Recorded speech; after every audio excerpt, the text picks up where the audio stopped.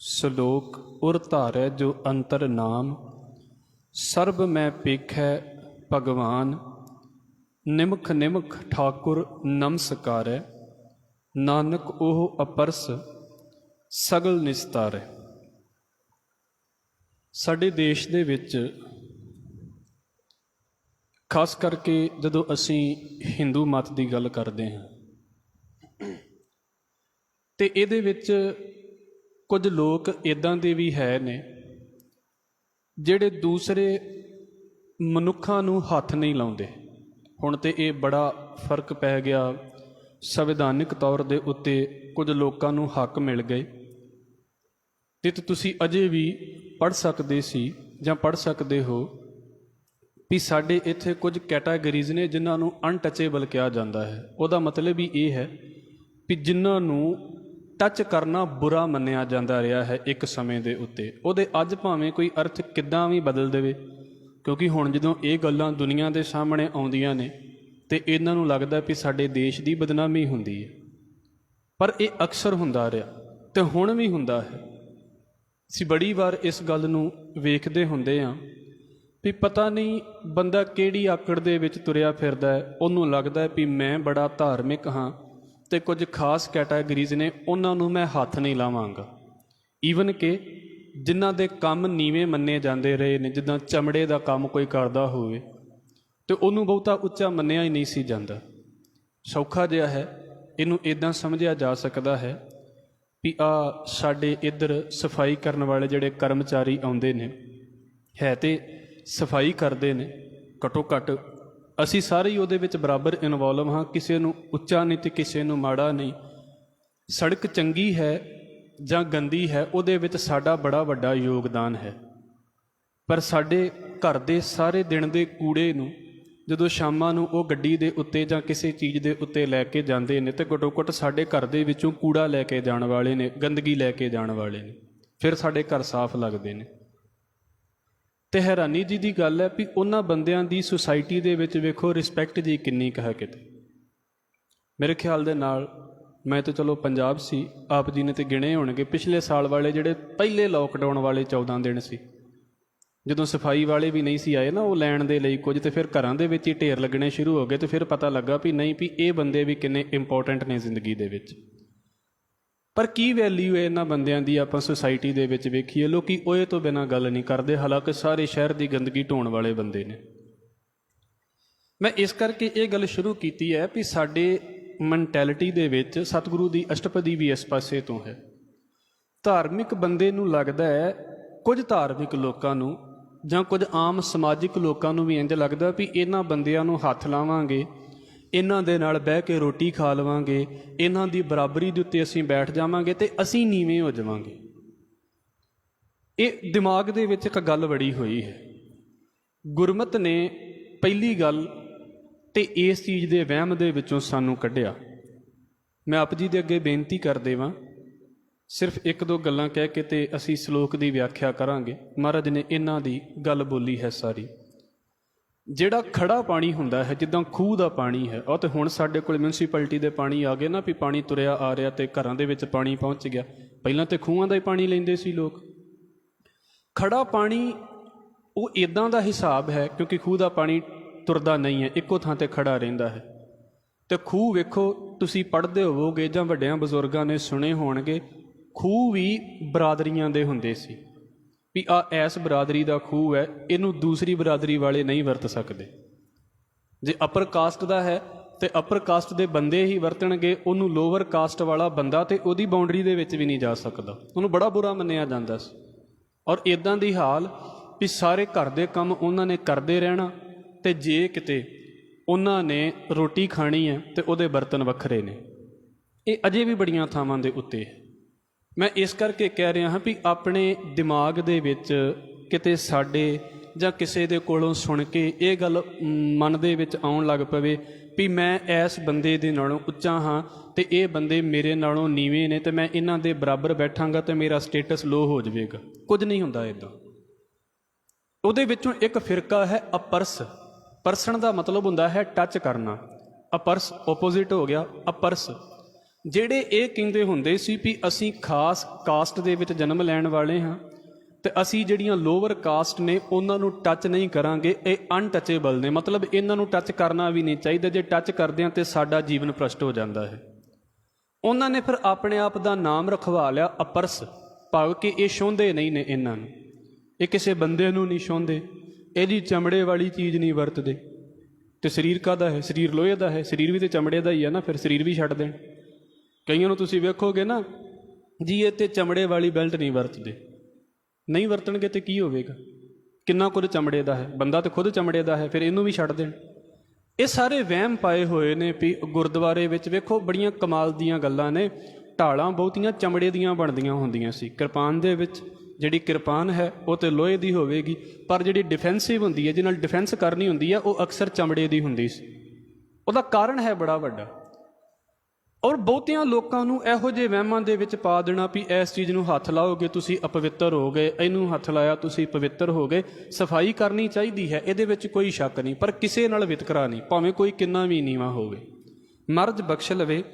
ਸਤਿਗੁਰੂ ਨੇ ਇਹੋ ਜਿਹੇ ਫਜ਼ੂਲ ਦੀ ਸੋਚ ਰੱਖਣ ਵਾਲੇ ਬੰਦਿਆਂ ਦਾ ਜ਼ਿਕਰ ਕੀਤਾ ਹੈ ਇਹਨਾਂ ਅਸ਼ਟਪਦੀ ਦੇ ਵਿੱਚ। ਇਸ ਦੇ ਵਿੱਚ ਸਤਿਗੁਰੂ ਕਹਿ ਰਹੇ ਨੇ ਸ਼ਲੋਕ, ਉਰ ਧਾਰੈ ਜੋ ਅੰਤਰ ਨਾਮ। ਅਪਰਸ ਕੌਣ ਹੈ? ਇਹਨੂੰ ਅਪਰਸ ਨਹੀਂ ਪੜਾਂਗੇ, ਅੱਗੇ ਚਲੋ ਪਾਠ ਆਵੇਗਾ ਅਸੀਂ ਵਿਚਾਰਾਂਗੇ। ਉਰ ਧਾਰੈ, ਉਰ ਦਾ ਮਤਲਬ ਹੈ ਦਿਲ, ਤੇ ਇਹਨੂੰ ਅਨਵੈ ਕਰਕੇ ਪੜਾਂਗੇ ਉਰ ਅੰਤਰ ਜੋ ਨਾਮ ਧਾਰੈ, ਭਾਵ ਕਿ ਦਿਲ ਦੇ ਅੰਦਰ ਜਿਹੜਾ ਮਾਲਕ ਦੇ ਨਾਮ ਨੂੰ ਧਾਰਨ ਕਰਦਾ ਹੈ, ਜਿਹਦੇ ਦਿਲ ਦੇ ਵਿੱਚ ਇਹ ਗੱਲ ਨਹੀਂ ਹੈ ਵੀ ਫਲਾਣਾ ਮੇਰੇ ਤੋਂ ਨੀਵਾਂ ਹੈ। ਬਖਸ਼ ਲਵੇ ਸਤਿਗੁਰੂ। ਕਈਆਂ ਦੇ ਦਿਮਾਗ ਦੇ ਵਿੱਚ ਇਹ ਜਿਹੜਾ ਕੀੜਾ ਵੜਿਆ ਹੁੰਦਾ ਨਾ, ਉਹ ਗੁਰਦੁਆਰੇ ਬਹਿ ਕੇ ਵੀ ਨਹੀਂ ਜੇ ਨਿਕਲਦਾ, ਗੁਰਦੁਆਰੇ ਬਹਿ ਕੇ ਵੀ ਨਹੀਂ। ਇਹ ਤੁਹਾਡੀ ਗੱਲ ਨਹੀਂ ਮੈਂ ਕਰਦਾ, ਇਹ ਸਾਡੇ ਵਰਗੀ ਜਿਹੜੀ ਲਾਈਨ ਦੇ ਵਿੱਚ ਬੋਲਣ ਵਾਲੇ ਬੰਦੇ ਨੇ ਉਹਨਾਂ ਦੇ ਦਿਮਾਗ ਦੇ ਵਿੱਚੋਂ ਹੀ ਨਹੀਂ ਗੱਲਾਂ ਨਿਕਲਦੀਆਂ। ਔਰ ਅਕਸਰ ਮੈਂ ਬੇਨਤੀ ਕਰਦਾ ਹੁੰਦਾ ਵੀ ਕਿੰਨਾ ਵੀ ਬੰਦਾ ਪੜ੍ਹਿਆ ਲਿਖਿਆ ਹੋਵੇ, ਕਿੰਨੀ ਵੀ ਵੱਡੀ ਨੌਕਰੀ ਦੇ ਉੱਤੇ ਹੋਵੇ, ਉਹਨੂੰ ਵਿਚਾਰੇ ਨੂੰ ਜਾਤੀ ਦੇ ਬਾਰੇ ਕੁਝ ਸ਼ਬਦ ਬੋਲ ਦਿਓ, ਉਹ ਸਾਰਾ ਹੀ ਉਹਦਾ ਜਿਹੜਾ ਪੜ੍ਹਿਆ ਲਿਖਿਆ ਹੈ ਉਹਨੂੰ ਇੰਝ ਲੱਗਦਾ ਵੀ ਬੇਕਾਰ ਚਲਾ ਗਿਆ, ਕਿਉਂਕਿ ਸਦੀਆਂ ਦੀ ਗੁਲਾਮੀ ਹੈ ਇਸ ਚੀਜ਼ ਦੇ ਵਿੱਚ। ਇਸ ਕਰਕੇ ਪਹਿਲੀ ਗੱਲ ਤੇ ਆਪਣੀ ਜ਼ੁਬਾਨ ਦੇ ਉੱਤੇ ਕਦੀ ਇਹੋ ਜਿਹੇ ਲਫ਼ਜ਼ ਲੈ ਕੇ ਹੀ ਨਹੀਂ ਆਉਣੇ। ਮਨੁੱਖਤਾ ਦੇ ਤੌਰ ਦੇ ਉੱਤੇ, ਹਿਊਮੈਨਿਟੀ ਦੇ ਤੌਰ ਦੇ ਉੱਤੇ ਅਸੀਂ ਸਾਰੇ ਬਰਾਬਰ ਹਾਂ। ਕਿਸੇ ਨੂੰ ਜਾਤੀ ਬੋਧਕ ਬੁਰਾ ਲਫ਼ਜ਼ ਨਹੀਂ ਬੋਲਣਾ, ਤੇ ਨਾ ਹੀ ਘਰ ਦੇ ਵਿੱਚ ਇਹ ਆਦਤ ਪਾਉਣੀ ਹੈ ਵੀ ਕਿਸੇ ਨੂੰ ਅਸੀਂ ਜਿਹੜਾ ਹੈ ਉਹ ਰਿਸਪੈਕਟ ਨਹੀਂ ਦੇਣੀ। ਸਾਰਿਆਂ ਦਾ ਮਾਣ ਹੋਵੇ, ਅਸੀਂ ਜੋ ਹਾਂ ਅਸੀਂ ਹਾਂ, ਪਰ ਕਿਸੇ ਨੂੰ ਬੁਰਾ ਨਹੀਂ ਬੋਲਾਂਗੇ, ਸਤਿਕਾਰ ਸਾਰਿਆਂ ਦਾ। ਉਰ ਧਾਰੈ ਜੋ ਅੰਤਰ ਨਾਮ, ਜਿਹੜਾ ਬੰਦਾ ਮਾਲਕ ਦੇ ਨਾਮ ਨੂੰ ਆਪਣੇ ਦਿਲ ਦੇ ਵਿੱਚ ਧਾਰਨ ਕਰਕੇ ਰੱਖਦਾ ਹੈ।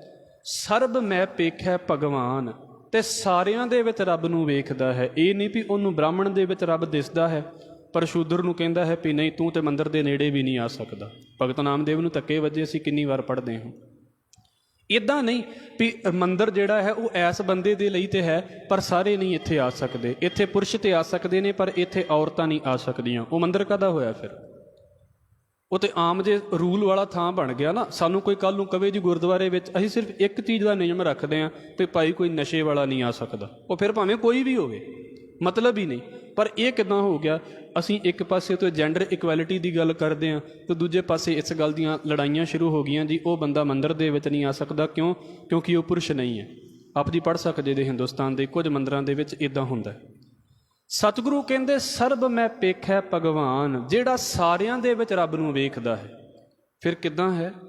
ਨਿਮਖ ਨਿਮਖ ਠਾਕੁਰ ਨਮਸਕਾਰੈ, ਹਰ ਪਲ ਜਿਹੜਾ ਰੱਬ ਨੂੰ ਨਮਸਕਾਰ ਕਰਦਾ ਹੈ, ਭਾਵ ਕਿ ਹਰ ਵੇਲੇ ਜਿਹੜਾ ਉਹਦੇ ਗੁਣਾਂ ਨੂੰ ਗਾਉਂਦਾ ਹੈ। ਨਾਨਕ ਉਹ ਅਪਰਸ, ਐ ਨਾਨਕ ਉਹ ਅਪਰਸ ਹੈ। ਉਸ ਬੰਦੇ ਨੂੰ ਕਹਿ ਸਕਦੇ ਹਾਂ ਵੀ ਵਾਕਿਆ ਹੀ ਉਹ ਬੰਦਾ ਨਾ ਕੁਝ ਚੀਜ਼ਾਂ ਨੂੰ ਟੱਚ ਨਹੀਂ ਕਰਦਾ। ਕਿਹੜੀਆਂ ਚੀਜ਼ਾਂ ਨੂੰ? ਬੰਦਿਆਂ ਨੂੰ ਟੱਚ ਨਹੀਂ, ਜਾਂ ਇਹ ਨਹੀਂ ਵੀ ਮੈਂ ਉਸ ਬਰਤਨ ਨੂੰ ਟੱਚ ਨਹੀਂ ਕਰਦਾ ਜੀ, ਮੈਂ ਚਮੜੇ ਨੂੰ ਟੱਚ ਨਹੀਂ ਕਰਦਾ। ਸਤਿਗੁਰੂ ਕਹਿੰਦੇ ਨਹੀਂ, ਉਹ ਅਪਰਸ ਹੈ। ਉਹਨੇ ਕੁਝ ਚੀਜ਼ਾਂ ਨੂੰ ਵਾਕਿਆ ਹੀ ਛੋਹਣਾ ਛੱਡ ਦਿੱਤਾ ਹੈ। ਸਗਲ ਨਿਸਤਾਰੈ, ਤੇ ਬਾਕੀਆਂ ਨੂੰ ਵੀ ਤਾਰ ਲੈਂਦਾ ਹੈ। ਉਹ ਏਡੇ ਕਮਾਲ ਦਾ ਬੰਦਾ ਹੈ। ਕਿਹੜੀ ਚੀਜ਼ ਛੱਡ ਦਿੱਤੀ ਹੈ ਤੇ ਕਿੱਦਾਂ ਦੇ ਅਪਰਸ ਹੋਣਾ ਹੈ। ਅਸੀਂ ਇੱਦਾਂ ਦੇ ਵਹਿਮ ਨਹੀਂ ਕਰਨੇ ਵੀ ਇਸ ਚੀਜ਼ ਨੂੰ ਹੱਥ ਲਾਵਾਂਗੇ ਤੇ ਅਸੀਂ ਅਪਵਿੱਤਰ ਹੋ ਜਾਵਾਂਗੇ। ਸਤਿਗੁਰੂ ਦੀ ਬੇਨਤੀ ਕਰਦੇ ਵਾਂ। ਮੈਂ ਕਈ ਵਾਰ ਆਪ ਜੀ ਦੇ ਨਾਲ ਬੇਨਤੀ ਕਰਦਾ ਹੁੰਦਾ ਹਾਂ, ਸ਼ਾਇਦ ਥੋੜ੍ਹੇ ਦਿਨ ਪਹਿਲਾਂ ਵੀ ਇਸ ਗੱਲ ਨੂੰ ਬੋਲਿਆ ਸੀ ਕਿ ਵੇਖੋ ਜਿਹੜੀਆਂ ਚੀਜ਼ਾਂ ਬਾਹਰ ਬਹੁਤੀਆਂ ਮਾਇਨੇ ਨਹੀਂ ਨਾ ਰੱਖਦੀਆਂ, ਗੁਰਦੁਆਰੇ ਦੇ ਵਿੱਚ ਉਹ ਚੀਜ਼ਾਂ ਕਿੰਨੀਆਂ ਮਾਇਨੇ ਰੱਖਦੀਆਂ ਨੇ। ਜੂਠੇ ਬਰਤਨ ਚੁੱਕਣੇ ਕਿੱਡੇ ਕਮਾਲ ਦੀ ਸੇਵਾ ਮੰਨੀ ਜਾਂਦੀ ਹੈ ਗੁਰੂ ਘਰ ਦੇ ਵਿੱਚ। ਬਾਹਰ ਚੁੱਕ ਕੇ ਵੇਖੋ ਤੁਸੀਂ ਕੀ ਵੈਲਿਊ ਹੈ ਬੰਦੇ ਦੀ। ਜੋੜਿਆਂ ਦੀ ਸੇਵਾ ਕਰਨੀ, ਬਾਹਰ ਕੀ ਵੈਲਿਊ ਹੈ ਤੇ ਗੁਰੂ ਘਰ ਦੇ ਵਿੱਚ ਇਹਦੀ ਕੀ ਵੈਲਿਊ ਹੈ। ਮਹਾਰਾਜ ਨੇ ਇਸ ਕਰਕੇ ਇਹ ਗੱਲਾਂ ਸਾਡੇ ਦਿਮਾਗ ਦੇ ਵਿੱਚ ਬਿਠਾਈਆਂ ਵੀ ਜਿਨ੍ਹਾਂ ਨੂੰ ਅਸੀਂ ਸੋਚਦੇ ਨਾ ਵੀ ਤੇ ਨੀਵੇਂ ਜਿਹੇ ਲੋਕ ਨੇ, ਤੁਸੀਂ ਇਹਦਾ ਪ੍ਰੈਕਟੀਕਲ ਗੁਰਦੁਆਰੇ ਵਿੱਚ ਕਰੋ, ਤੁਹਾਨੂੰ ਪਤਾ ਲੱਗੇ ਵੀ ਉਹ ਵੀ ਤੁਹਾਡੇ ਵਰਗੇ ਹੀ ਲੋਕ ਨੇ, ਅਸੀਂ ਬਰਾਬਰ ਲੈ ਕੇ ਚੱਲਣਾ ਹੈ ਉਹਨਾਂ ਨੂੰ। ਐਵੇਂ ਨਾ ਬਣੀ ਜਾਓ ਵੀ ਅਸੀਂ ਇਹਨਾਂ ਨੂੰ ਟੱਚ ਨਹੀਂ ਕਰਦੇ ਤੇ ਉੱਚੇ ਹੋ ਗਏ। ਹਜ਼ੂਰ ਕਹਿੰਦੇ ਨੇ ਅਸ਼ਟਪਦੀ, ਮਿਥਿਆ ਨਾ ਹੀ ਰਸਨਾ ਪਰਸ। ਅਪਰਸ ਉਹ ਹੈ, ਫਿਰ ਕਹਿ ਦਈਏ ਪਰਸਣ ਦਾ ਮਤਲਬ ਹੈ ਟੱਚ ਕਰਨਾ। ਅਪਰਸ ਜਿਹੜਾ ਟੱਚ ਨਹੀਂ ਕਰਦਾ ਹੈ ਕਿੰਨਾ ਚੀਜ਼ਾਂ ਨੂੰ, ਜਿਹਦੀ ਜ਼ੁਬਾਨ ਦੇ ਉੱਤੇ ਝੂਠ ਨੇੜੇ ਵੀ ਨਹੀਂ ਆਉਂਦਾ, ਭਾਵ ਕਿ ਜਿਹੜਾ ਜ਼ੁਬਾਨ ਦੇ ਨਾਲ ਝੂਠ ਛੁਵਾਉਂਦਾ ਵੀ ਨਹੀਂ ਹੈ। ਮਿਥਿਆ ਨਾ ਹੀ ਰਸਨਾ ਪਰਸ। ਮਨ ਮਹਿ ਪ੍ਰੀਤ ਨਿਰੰਜਨ ਦਰਸ, ਤੇ ਜਿਹਦੇ ਮਨ ਦੇ ਵਿੱਚ ਅਕਾਲ ਪੁਰਖ ਵਾਹਿਗੁਰੂ ਦੇ ਦਰਸ਼ਨਾਂ ਦੀ ਪਿਆਸ ਹੈ। ਪਰ ਤ੍ਰੇ ਰੂਪ ਨਾ ਪੇਖੈ ਨੇਤਰ। ਤ੍ਰੇ ਦਾ ਮਤਲਬ ਹੈ ਇਸਤਰੀ। ਜਿਹਦਾ ਨੇਤਰ, ਜਿਹਦੀਆਂ ਅੱਖਾਂ ਪਰਾਈ ਇਸਤਰੀ ਨੂੰ ਗਲਤ ਭਾਵਨਾ ਦੇ ਨਾਲ ਨਹੀਂ ਵੇਖਦੀਆਂ ਨੇ। ਸਾਧ ਕੀ ਟਹਿਲ ਸੰਤ ਸੰਗ ਹੇਤ, ਤੇ ਜਿਹੜਾ ਗੁਰੂ ਦੀ ਸੇਵਾ ਕਰਨ ਦੇ ਵਿੱਚ ਆ ਜਾਂਦਾ ਹੈ। ਦੋ ਤਰੀਕਿਆਂ ਦੀ ਸੇਵਾ ਹੈ। ਇੱਕ ਸੇਵਾ ਹੈ ਆ ਜਿਹੜੀ ਬਾਹਰ ਦੀ ਸੇਵਾ ਹੈ, ਜਿਸ ਤਰ੍ਹਾਂ ਵਧੀਆ ਰੁਮਾਲਾ ਸਾਹਿਬ ਹੋ ਗਿਆ, ਇਹ ਵਧੀਆ ਜਗ੍ਹਾ ਹੋਵੇ, ਗੁਰਦੁਆਰਾ ਸਾਫ਼ ਹੋਵੇ, ਸਾਡੇ ਸਾਰਿਆਂ ਦਾ ਫਰਜ਼ ਬਣਦਾ ਹੈ। ਇਹ ਹੈ ਬਾਹਰ ਦੀ ਸੇਵਾ। ਇੱਕ ਹੈ ਆ ਜਿਹੜੀਆਂ ਗੱਲਾਂ ਅਸੀਂ ਕਰਦੇ ਪਏ ਹਾਂ ਨਾ, ਸਾਡੇ ਦਿਮਾਗ ਦੇ ਵਿੱਚ ਇਹ ਗੱਲਾਂ ਤੁਰਨ, ਇਹਨਾਂ ਗੱਲਾਂ ਨੂੰ ਅਸੀਂ ਇੰਪਲੀਮੈਂਟ ਕਰੀਏ ਲਾਈਫ ਦੇ ਉੱਤੇ, ਤੇ ਸਾਨੂੰ ਪਤਾ ਲੱਗੇ ਵੀ ਅਸੀਂ ਗੁਰੂ ਦੀਆਂ ਗੱਲਾਂ ਕਰਦੇ ਪਏ ਹਾਂ। ਇਹ ਸੇਵਾ ਹੈ ਇੱਕ ਗੁਰੂ ਦੀ, ਸ਼ਬਦ ਨੂੰ ਵਿਚਾਰਨਾ। ਸਾਧ ਕੀ ਟਹਿਲ, ਟਹਿਲ ਦਾ ਮਤਲਬ ਸੇਵਾ। ਸੰਤ ਸੰਗ ਹੇਤ, ਤੇ ਸੰਗਤ ਦੇ ਨਾਲ ਉਹਦਾ ਪਿਆਰ ਹੋਵੇ। ਜਿਸ ਤਰ੍ਹਾਂ ਆਪ ਜੀ ਆ ਕੇ ਬੈਠਦੇ ਹੋ, ਮਹਾਰਾਜ ਚੜ੍ਹਦੀ ਕਲਾ ਦੇ ਵਿੱਚ ਰੱਖੇ। ਕਰਨ ਨਾ ਸੁਨੇ ਕਾਹੂ ਕੀ ਨਿੰਦਾ। ਉਹ ਅਪਰਸ ਹੈ ਜਿਹਦੇ ਕੰਨ ਕਿਸੇ ਦੀ ਨਿੰਦਿਆ ਨਹੀਂ ਸੁਣਦੇ। ਇਹ ਨਹੀਂ ਵੀ ਉੱਦਾਂ ਭਾਂਡੇ ਨੂੰ ਹੱਥ ਨਹੀਂ ਲਾਉਣਾ ਤਾਂ ਸਾਰੇ ਪਿੰਡ ਦੀ ਜੂਠ ਕੰਨਾਂ ਦੇ ਵਿੱਚ ਪਵਾਈ ਹੋਵੇ, ਇੱਦਾਂ ਨਹੀਂ। ਕਰਨ ਨਾ ਸੁਣੇ, ਕੰਨਾਂ ਦੇ ਨਾਲ ਕਿਸੇ ਦੀ ਵੀ ਨਿੰਦਿਆ ਨਾ ਸੁਣੇ। ਸਭ ਤੇ ਜਾਣੈ ਆਪਸ ਕੋ ਮੰਦਾ। ਭਾਈ ਜੇ ਕੋਈ ਕਹਿਣ ਲੱਗੇ ਵੀ ਉਹ ਬੁਰਾ ਤੇ ਆਹ ਬੁਰਾ, ਪਹਿਲਾਂ ਹੀ ਆਪਣੇ ਆਪ ਨੂੰ ਵੇਖ ਲਵੇ ਵੀ ਮੈਂ ਕਿੱਥੇ ਕਿਤੇ ਖੜਾ ਹੋਇਆ ਹਾਂ। ਆਪਣੜੇ ਗਿਰੀਵਾਨ ਮੈਂ ਸਿਰ ਨੀਵਾਂ ਕਰ ਦੇਖ। ਮਰਦ ਕਹਿੰਦੇ ਨੇ ਸਭ ਤੇ ਜਾਣੈ ਆਪਸ ਕੋ ਮੰਦਾ, ਆਪਣੇ ਆਪ ਨੂੰ ਨੀਵਾਂ ਜਾਣੇ। ਇਹ ਨਹੀਂ ਵੀ ਕਿਸੇ ਦਾ ਔਗਣ ਪਤਾ ਲੱਗ ਗਿਆ ਤੇ ਸਾਰੇ ਪਾਸੇ ਰੌਲਾ ਪਾ ਦੇਵੇ, ਪਹਿਲਾਂ ਇਹ ਸੋਚੇ ਵੀ ਜੇ ਮੇਰੇ ਕਿਤੇ ਔਗਣ ਸਾਹਮਣੇ ਆ ਗਏ ਤੇ ਕੀ ਬਣੇਗਾ। ਇਸ ਕਰਕੇ ਆਪਣੇ ਆਪ ਨੂੰ ਨੀਵਾਂ ਮੰਨੇ। ਗੁਰ ਪ੍ਰਸਾਦ ਵਿਖਿਆ ਪ੍ਰਹਰੈ। ਗੁਰੂ ਦੀ ਕਿਰਪਾ ਦੇ ਨਾਲ ਹਰ ਤਰੀਕੇ ਦੇ ਔਗਣ ਜ਼ਹਿਰ ਜਿੰਨੇ ਛੱਡ ਦਿੱਤੇ ਨੇ। ਪ੍ਰਹਰੇ ਦਾ ਮਤਲਬ ਪਰੇ ਕਰ ਦਿੰਦਾ ਹੈ। ਹਰ ਤਰੀਕੇ ਦੀਆਂ ਗਲਤੀਆਂ ਜਿੰਨੇ ਆਪਣੇ ਨੇੜੇ ਵੀ ਨਹੀਂ ਲੱਗਣ ਦਿੱਤੀਆਂ ਨਾ, ਸਤਿਗੁਰੂ ਕਹਿੰਦੇ ਨੇ ਮਨ ਕੀ ਬਾਸਨਾ ਮਨ ਤੇ ਟਰੈ। ਮਨ ਦੇ ਖਿਆਲ ਜਿਹਦੇ ਮਨ ਦੇ ਵਿੱਚ ਹੀ ਖਤਮ ਹੋ ਗਏ ਨੇ। ਇਹ ਦੋ ਤਰੀਕੇ ਦੇ ਖਿਆਲ ਹੁੰਦੇ ਨੇ, ਆਪ ਜੀ ਵੀ ਸਮਝਦੇ ਜੇ। ਬੰਦੇ ਦੇ ਮਨ ਦੇ ਵਿੱਚ ਕੋਈ ਗੱਲ ਆਈ ਤੇ ਬੜੀ ਗਲਤ ਜੀ ਗੱਲ ਸੀ, ਤੇ ਬਾਅਦ ਦੇ ਵਿੱਚ ਉਹਨੇ 2-4 ਮਿੰਟ ਬਾਅਦ ਵੇਖਿਆ ਵੀ ਮਨ ਦੀ ਗੱਲ ਮਨ ਦੇ ਵਿੱਚ ਹੀ ਖਤਮ ਹੋ ਗਈ, ਉਹਨੇ ਜ਼ੁਬਾਨ ਤੋਂ ਬਾਹਰ ਨਹੀਂ ਕੱਢੀ। ਇਹ ਕੋਈ ਕਹਿ ਜਾਂਦਾ ਵੀ ਮਨ ਦੀ ਗੱਲ ਮਨ 'ਚ ਹੀ ਖਤਮ ਹੋ ਗਈ, ਪਰ ਉਹੀ ਗੱਲ ਜੇ ਕਿਤੇ ਲਾਗੇ ਬੈਠੇ ਨੂੰ ਦੱਸ ਦਿੰਦਾ, ਉਹਨੇ ਤਾਂ ਨਹੀਂ ਸੀ ਫਿਰ ਜ਼ੁਬਾਨ ਉਹ ਰਹਿਣ ਦੇਣੀ ਉੱਥੇ, ਉਹਨੇ ਫਿਰ ਸਾਰੇ ਪਾਸੇ ਦੱਸ ਦੇਣੀ ਸੀ ਨਾ। ਮਨ ਦੀਆਂ ਗੱਲਾਂ ਉਹਦੀਆਂ ਮਨ ਦੇ ਵਿੱਚ ਹੀ ਖਤਮ ਹੋ ਜਾਣ, ਇੰਨੇ ਕੰਟਰੋਲ ਵਾਲਾ ਬੰਦਾ ਹੋਵੇ। ਮਨ ਕੀ ਬਾਸਨਾ ਮਨ ਤੇ ਟਰੈ। ਫਿਰ ਗੁਰੂ ਸਾਹਿਬ ਕਹਿੰਦੇ ਨੇ ਇੰਦਰੀ ਜਿੱਤ, ਇੰਦਰੀਆਂ ਦੇ ਉੱਤੇ ਉਹਦਾ ਕੰਟਰੋਲ ਹੋਵੇ। ਅੱਖਾਂ, ਕੰਨ, ਨੱਕ, ਇਹਨਾਂ ਸਾਰੀਆਂ ਚੀਜ਼ਾਂ ਦੇ ਉੱਤੇ ਉਹਦਾ ਕੰਟਰੋਲ ਹੋਵੇ। ਇੰਦਰੀ ਜਿੱਤ ਪੰਚ ਦੋਖ ਤੇ ਰਹਿਤ। 5 ਵਿਕਾਰਾਂ ਤੋਂ ਉਹ ਬੰਦਾ ਰਹਿਤ ਹੋਵੇ, ਭਾਵ ਕਿ 5 ਵਿਕਾਰਾਂ ਨੂੰ ਜਿੱਤਣ ਵਾਲਾ ਹੋਵੇ। ਸਤਿਗੁਰੂ ਕਹਿ ਰਹੇ ਨੇ ਨਾਨਕ ਕੋਟ ਮੱਧੇ ਕੋ ਐਸਾ ਅਪਰਸ। ਕੋਟ ਦਾ ਮਤਲਬ ਹੈ ਕਰੋੜ। ਕਰੋੜਾਂ ਦੇ ਵਿੱਚ ਕੋਈ ਇੱਕ ਅੱਧਾ ਇਹੋ ਜਿਹਾ ਅਪਰਸ ਹੈ। ਨਹੀਂ ਤੇ ਸਾਰੇ ਜਾਣੇ ਕਹਿ ਤੇ ਦਿੰਦੇ ਨੇ ਵੀ ਅਸੀਂ ਅਪਰਸ ਹਾਂ, ਵੀ ਅਸੀਂ ਇਹਨਾਂ ਚੀਜ਼ਾਂ ਨੂੰ ਛੂੰਹਦੇ ਨਹੀਂ, ਪਰ ਨਿੰਦਾ ਨੂੰ ਛੂਹੀ ਜਾਣਗੇ, ਗੰਦਾ ਬੋਲਣਗੇ ਸਾਰੀ ਜ਼ਿੰਦਗੀ, ਤੇ ਉਹ ਕਾਹਦੇ ਅਪਰਸ ਹੋਏ। ਸਤਿਗੁਰੂ ਕਹਿੰਦੇ ਭਾਈ ਅਪਰਸ ਤੇ ਉਹ ਹੈ ਜਿਹਦੀ ਉੱਤੇ ਲਿਸਟ ਗਣਾ ਦਿੱਤੀ ਹੈ ਵੀ ਜ਼ੁਬਾਨ ਦੇ ਨਾਲ ਝੂਠ ਨਹੀਂ, ਅੱਖਾਂ ਦੇ ਨਾਲ ਬੁਰਾ ਨਹੀਂ, ਤੇ ਫਿਰ ਨਾਲ ਹੀ ਕੰਨਾਂ ਦੇ ਨਾਲ ਬੁਰਾ ਸੁਣਦੇ ਨਹੀਂ ਨੇ। ਸਤਿਗੁਰੂ ਕਹਿੰਦੇ ਪਰ ਹੈ ਕਿਵੇਂ ਨੇ? ਨਾਨਕ ਕੋਟ ਮੱਧੇ ਕੋ ਐਸਾ ਅਪਰਸ। ਕਰੋੜਾਂ ਦੇ ਵਿੱਚ ਐਸਾ ਕੋਈ ਅਪਰਸ ਹੈ। ਅਪਰਸ ਪੜ੍ਹਨਾ ਹੈ, ਇਹਨੂੰ ਅਪਰਸ ਨਹੀਂ ਪੜ੍ਹਨਾ। ਮੈਂ ਫਿਰ ਬੇਨਤੀ ਕਰ ਦੇਵਾਂ। ਫਿਰ ਇੱਕ ਫਿਰਕਾ ਹੈ ਸਾਡੇ ਦੇਸ਼ ਦੇ ਵਿੱਚ, ਵੈਸ਼ਨਵ ਮਤ। ਇੱਕ ਟਾਈਮ ਉਹ ਸੀ ਜਦੋਂ 2 ਮਤਾਂ ਦੇ ਵਿੱਚ ਹਿੰਦੁਸਤਾਨ ਵੰਡਿਆ ਹੈ, ਸ਼ੈਵ ਮਤ ਤੇ ਵੈਸ਼ਨਵ ਮਤ। ਸ਼ੈਵ ਸ਼ਿਵ ਦੇ ਪੁਜਾਰੀ ਸੌਖੇ ਸੌਖੇ ਸ਼ਬਦਾਂ ਦੇ ਵਿੱਚ, ਤੇ ਵੈਸ਼ਨਵ ਵਿਸ਼ਨੂੰ ਦੇ ਪੁਜਾਰੀ। ਹੁਣ ਉਹਨਾਂ ਦੇ ਵਿੱਚ ਤੁਸੀਂ ਵੇਖੋਗੇ, ਇਹ ਅਸੀਂ ਪਹਿਲਾਂ ਵੀ ਕਈ ਵਾਰ ਗੱਲ ਕਰਦੇ ਹੁੰਦੇ ਹਾਂ ਵੀ ਸਾਡੇ ਜਦੋਂ ਕਿਤੇ ਬੱਚਿਆਂ ਦੇ ਰਿਸ਼ਤੇ ਹੋਣ ਤੇ ਅਕਸਰ ਪਤਾ ਕੀ ਕਹਿੰਦੇ ਜੀ ਮੁੰਡਾ ਵੈਸ਼ਨੂ ਹੈ, ਉਹ ਕੀ ਮਤਲਬ ਹੁੰਦਾ ਹੈ ਉਹਦਾ ਵੀ ਮੁੰਡਾ ਕੁਝ ਮਤਲਬ ਨਸ਼ਾ ਨਹੀਂ ਕਰਦਾ। ਹੁਣ ਅਸਲ ਦੇ ਵਿੱਚ ਇਹ ਫਿਰਕਾ ਸੀ ਜਿਹੜਾ ਬਿਲਕੁਲ ਮਾਸ ਵਾਲੇ ਪਾਸੇ ਤੋਂ ਪਰੇ ਹੋ ਗਿਆ। ਕੁਝ ਨਹੀਂ ਇੱਦਾਂ ਦਾ ਖਾਣਾ ਪੀਣਾ, ਈਵਨ ਕਿ ਤੁਸੀਂ ਕੁਝ ਵੇਖੋਗੇ ਲੋਕ ਉਹ ਤਾਂ ਲਸਣ ਦਾ ਅਤੇ ਪਿਆਜ਼ ਦਾ ਵੀ ਤਿਆਗ ਕਰੀ ਫਿਰਦੇ ਨੇ ਜ਼ਿੰਦਗੀ ਦੇ ਵਿੱਚ, ਉਹ ਇੰਨੇ ਜ਼ਿਆਦਾ ਪਰੇ ਹੋ ਗਏ ਇਹਨਾਂ ਚੀਜ਼ਾਂ ਤੋਂ। ਅਤੇ ਸ਼ੈਵ ਵਾਲੇ ਫਿਰ ਤੁਸੀਂ ਵੇਖਦੇ ਜੇ ਸ਼ਿਵਰਾਤਰੀ ਆਉਂਦੀ ਹੈ ਅਤੇ ਉਹ ਕਿੰਨਾ ਕਿੰਨਾ ਕੁਝ ਉਹ ਪ੍ਰਸ਼ਾਦ ਦੇ ਰੂਪ ਦੇ ਵਿੱਚ ਹੀ ਛਕੀ ਜਾਂਦੇ ਨੇ, ਉਹਨਾਂ ਦੀ ਬਿਲਕੁਲ ਹੀ ਲਾਈਫ ਥੋੜ੍ਹੀ ਜਿਹੀ ਵੱਖਰੀ ਹੋ ਗਈ। ਇੱਥੇ ਸਤਿਗੁਰੂ ਨੇ ਉਹਨਾਂ ਦੇ ਬਾਰੇ ਕਿਹਾ ਵੀ ਚਲੋ ਜੀ ਨਾਮ ਰਖਵਾ ਲਿਆ ਜੀ, ਵੈਸ਼ਨੋ ਹੋ ਗਏ। ਅਤੇ ਕੀ ਨਾਮ ਰਖਵਾਉਣ ਦੇ ਨਾਲ ਵੈਸ਼ਨੋ ਹੋ ਗਏ? ਵੈਸ਼ਨੋ ਵੈਸੇ ਲਫ਼ਜ਼ ਹੈ ਵੈਸ਼ਨਵ ਮਤ ਦਾ ਪੁਜਾਰੀ, ਇੱਕ ਲਫ਼ਜ਼ ਬਣ ਗਿਆ ਹੈ ਸਾਡੇ ਸਾਰਿਆਂ ਦੇ ਵਿੱਚ। ਹਜ਼ੂਰ ਕਹਿੰਦੇ ਵੈਸ਼ਨੋ ਸੋ ਜਿਸ ਉੱਪਰ ਸੁਪ੍ਰਸੰਨ। ਵੈਸ਼ਨਵ ਸਾਧੂ ਉਹ ਹੈ ਜਿਹਦੇ ਉੱਤੇ ਰੱਬ ਪ੍ਰਸੰਨ ਹੋ ਜਾਵੇ। ਇਹ ਨਹੀਂ ਵੀ ਕਵੇ ਵੀ ਮੈਂ ਤੇ ਪਿਆਜ਼ ਛੱਡਦਾ ਤੇ ਰੱਬ ਮੇਰਾ ਹੋ ਗਿਆ। ਛੱਡ ਦਿੱਤਾ ਤੇ ਰੱਬ ਦੇ ਨਾਲ ਕੀ ਫਰਕ ਪੈਂਦਾ? ਰੱਬ ਨੂੰ ਕੀ ਫਰਕ ਪੈਂਦਾ? ਪਿਆਜ਼ ਛੱਡ ਦਈਏ ਤੇ ਲਸਣ ਛੱਡ ਦਈਏ, ਰੱਬ ਨੂੰ ਕੀ ਫਰਕ ਪੈਂਦਾ? ਦਿਲ ਕਰਦਾ ਖਾਓ, ਦਿਲ ਕਰਦਾ ਨਾ ਖਾਓ, ਕੀ ਫਰਕ ਹੈ? ਕਿੰਨੀਆਂ ਸਬਜ਼ੀਆਂ ਨੇ, ਬੰਦੇ ਦਾ ਨਹੀਂ ਜੀਅ ਕਰਦਾ ਬੰਦਾ ਨਹੀਂ ਖਾਂਦਾ। ਕਈਆਂ ਦੇ ਘਰਾਂ ਦੇ ਵਿੱਚ ਵੇਖੋ ਕਈ ਸਬਜ਼ੀਆਂ ਬਣਦੀਆਂ ਹੀ ਨਹੀਂ ਕਿਉਂਕਿ ਕੋਈ ਖਾਂਦਾ ਹੀ ਨਹੀਂ। ਅਤੇ ਕੀ ਉਹ ਕਹਿਣ ਵੀ ਅਸੀਂ ਰੱਬ ਦੇ ਨੇੜੇ ਹੋ ਗਏ? ਕੋਈ ਵੀ ਚੀਜ਼ ਸਬਜ਼ੀਆਂ ਆਦਿਕ ਛੱਡ ਦੇਣ ਦੇ ਨਾਲ ਜਾਂ ਉਹਨਾਂ ਨੂੰ ਜ਼ਿਆਦਾ ਖਾਣ ਦੇ ਨਾਲ ਰੱਬ ਸਬਜ਼ੀਆਂ 'ਚ ਥੋੜ੍ਹਾ ਵੜਿਆ ਪਿਆ ਵੀ ਆਹ ਸਬਜ਼ੀ ਖਾ ਲਈ ਅਤੇ ਰੱਬ ਦੇ ਨੇੜੇ ਹੋ ਗਿਆ। ਇੱਦਾਂ ਦਾ ਖਿਆਲ ਨਹੀਂ ਹੈ। ਸਤਿਗੁਰੂ ਕਹਿੰਦੇ ਵੈਸ਼ਨਵ ਸਾਧ ਉਹ ਹੈ ਜਿਸ ਉੱਪਰ ਸੁਪ੍ਰਸੰਨ, ਜਿਹਦੇ ਉੱਤੇ ਰੱਬ ਖੁਸ਼ ਹੋ ਗਿਆ ਹੈ। ਵਿਸ਼ਨ ਕੀ ਮਾਇਆ ਤੇ ਹੋਏ ਭਿੰਨ। ਜਿਨ੍ਹੇ ਮਾਇਆ ਦੇ ਪ੍ਰਭਾਵ ਤੋਂ, ਵਾਹਿਗੁਰੂ ਦੀ ਮਾਇਆ ਤੋਂ ਜਿਨ੍ਹੇ ਆਪਣੇ ਆਪ ਨੂੰ ਵੱਖ ਕਰ ਲਿਆ ਹੈ। ਕਰਮ ਕਰਤ ਹੋਵੇ ਨਿਹ ਕਰਮ। ਨਿਹ ਕਰਮ ਦਾ ਮਤਲਬ ਹੁੰਦਾ ਹੈ ਜਿੱਦਾਂ ਕੰਮ ਨੂੰ ਕੀਤਾ ਅਤੇ ਅਸੀਂ ਪਤਾ ਕੀ ਸੋਚ ਕੇ ਕੰਮ ਕਰਦੇ ਹਾਂ ਵੀ ਇਹਦੇ ਬਦਲੇ ਦੇ ਵਿੱਚ ਸਾਨੂੰ ਕੀ ਮਿਲੇ। ਸਾਰੇ ਜਾਣੇ ਇੱਦਾਂ ਹੀ ਕਰਦੇ ਹਾਂ। ਨੌਕਰੀ ਤਾਂ ਹੀ ਤਾਂ ਕਰਦੇ ਹਾਂ ਵੀ ਤਨਖਾਹ ਹੋਣੀ ਹੈ ਮਹੀਨੇ ਬਾਅਦ। ਪੜ੍ਹਦੇ ਤਾਂ ਹੀ ਆ ਨਾ ਵੀ ਕਦ ਨੂੰ ਚੰਗੀ ਨੌਕਰੀ 'ਤੇ ਲੱਗਾਂਗੇ। ਹਰ ਕੰਮ ਦੇ ਪਿੱਛੇ ਇੱਕ ਭਾਵਨਾ ਤਾਂ ਹੈ ਨਾ। ਨਿਹ ਕਰਮ ਦਾ ਮਤਲਬ ਹੀ ਇਹ ਹੈ ਵੀ ਅਸਲ ਦੇ ਵਿੱਚ ਕਰਮ ਨੂੰ ਕਰਦਾ ਕਰਦਾ ਕਰਮ ਤੋਂ ਵੀ ਉੱਤੇ ਚਲਾ ਗਿਆ, ਸਹਿਜ ਸੁਭਾਅ ਹੋ ਰਿਹਾ, ਜਿਹਦੇ ਵਿੱਚ ਇਹ ਭਾਵਨਾ ਹੀ ਨਹੀਂ ਰਹਿ ਗਈ ਵੀ ਮੈਂ ਇਸ ਬਦਲੇ ਦੇ ਵਿੱਚ ਕਰਦਾ ਪਿਆ ਹਾਂ ਕੰਮ। ਨਿਸ਼ਕਰਮ ਹੋ ਗਿਆ, ਕਰਮ ਤੋਂ ਵੀ ਰਹਿਤ ਹੋ ਗਿਆ, ਕਰਮ ਦੇ ਪ੍ਰਭਾਵ ਤੋਂ ਵੀ ਰਹਿਤ ਹੋ ਗਿਆ। ਤਿਸ ਵੈਸ਼ਨੋ ਕਾ ਨਿਰਮਲ ਧਰਮ। ਮਰਦ ਕਹਿੰਦੇ ਉਹਦਾ ਧਰਮ ਪਵਿੱਤਰ ਹੈ। ਸਿਰਫ ਜ਼ੁਬਾਨੀ ਵੈਸ਼ਨਵ ਨਹੀਂ, ਉਹਦਾ ਧਰਮ ਪਵਿੱਤਰ ਹੋ ਗਿਆ ਹੈ। ਕਾਹੂ ਫਲ ਕੀ ਇੱਛਾ ਨਹੀਂ ਬੰਛ ਹੈ। ਇਹ ਬੜਾ ਔਖਾ ਹੈ ਵੈਸੇ ਜ਼ਿੰਦਗੀ ਦੇ ਵਿੱਚ ਕਰਨਾ। ਮਰਦ ਕਹਿੰਦੇ ਵੈਸ਼ਨੋ ਉਹ ਹੈ ਜਿਹੜਾ ਕਿਸੇ ਫਲ ਦੀ ਇੱਛਾ ਹੀ ਨਹੀਂ ਰੱਖਦਾ। ਬਹੁਤ ਅੱਗੇ ਜਾ ਕੇ ਇਹ ਗੱਲਾਂ ਆਉਂਦੀਆਂ ਨੇ। ਨਹੀਂ ਤੇ ਭਾਵੇਂ ਕੋਈ ਨਿੱਕੇ ਤੋਂ ਨਿੱਕਾ ਕੰਮ ਹੋਵੇ, ਛੋਟੇ ਤੋਂ ਛੋਟਾ ਕੰਮ ਹੋਵੇ, ਅਤੇ ਅਸੀਂ ਪਹਿਲਾਂ ਪਤਾ ਕੀ ਕਹਿੰਦੇ ਹਾਂ, ਮੈਨੂੰ ਕੀ ਮਿਲੇਗਾ ਇਹਦੇ ਬਦਲੇ ਦੇ ਵਿੱਚ।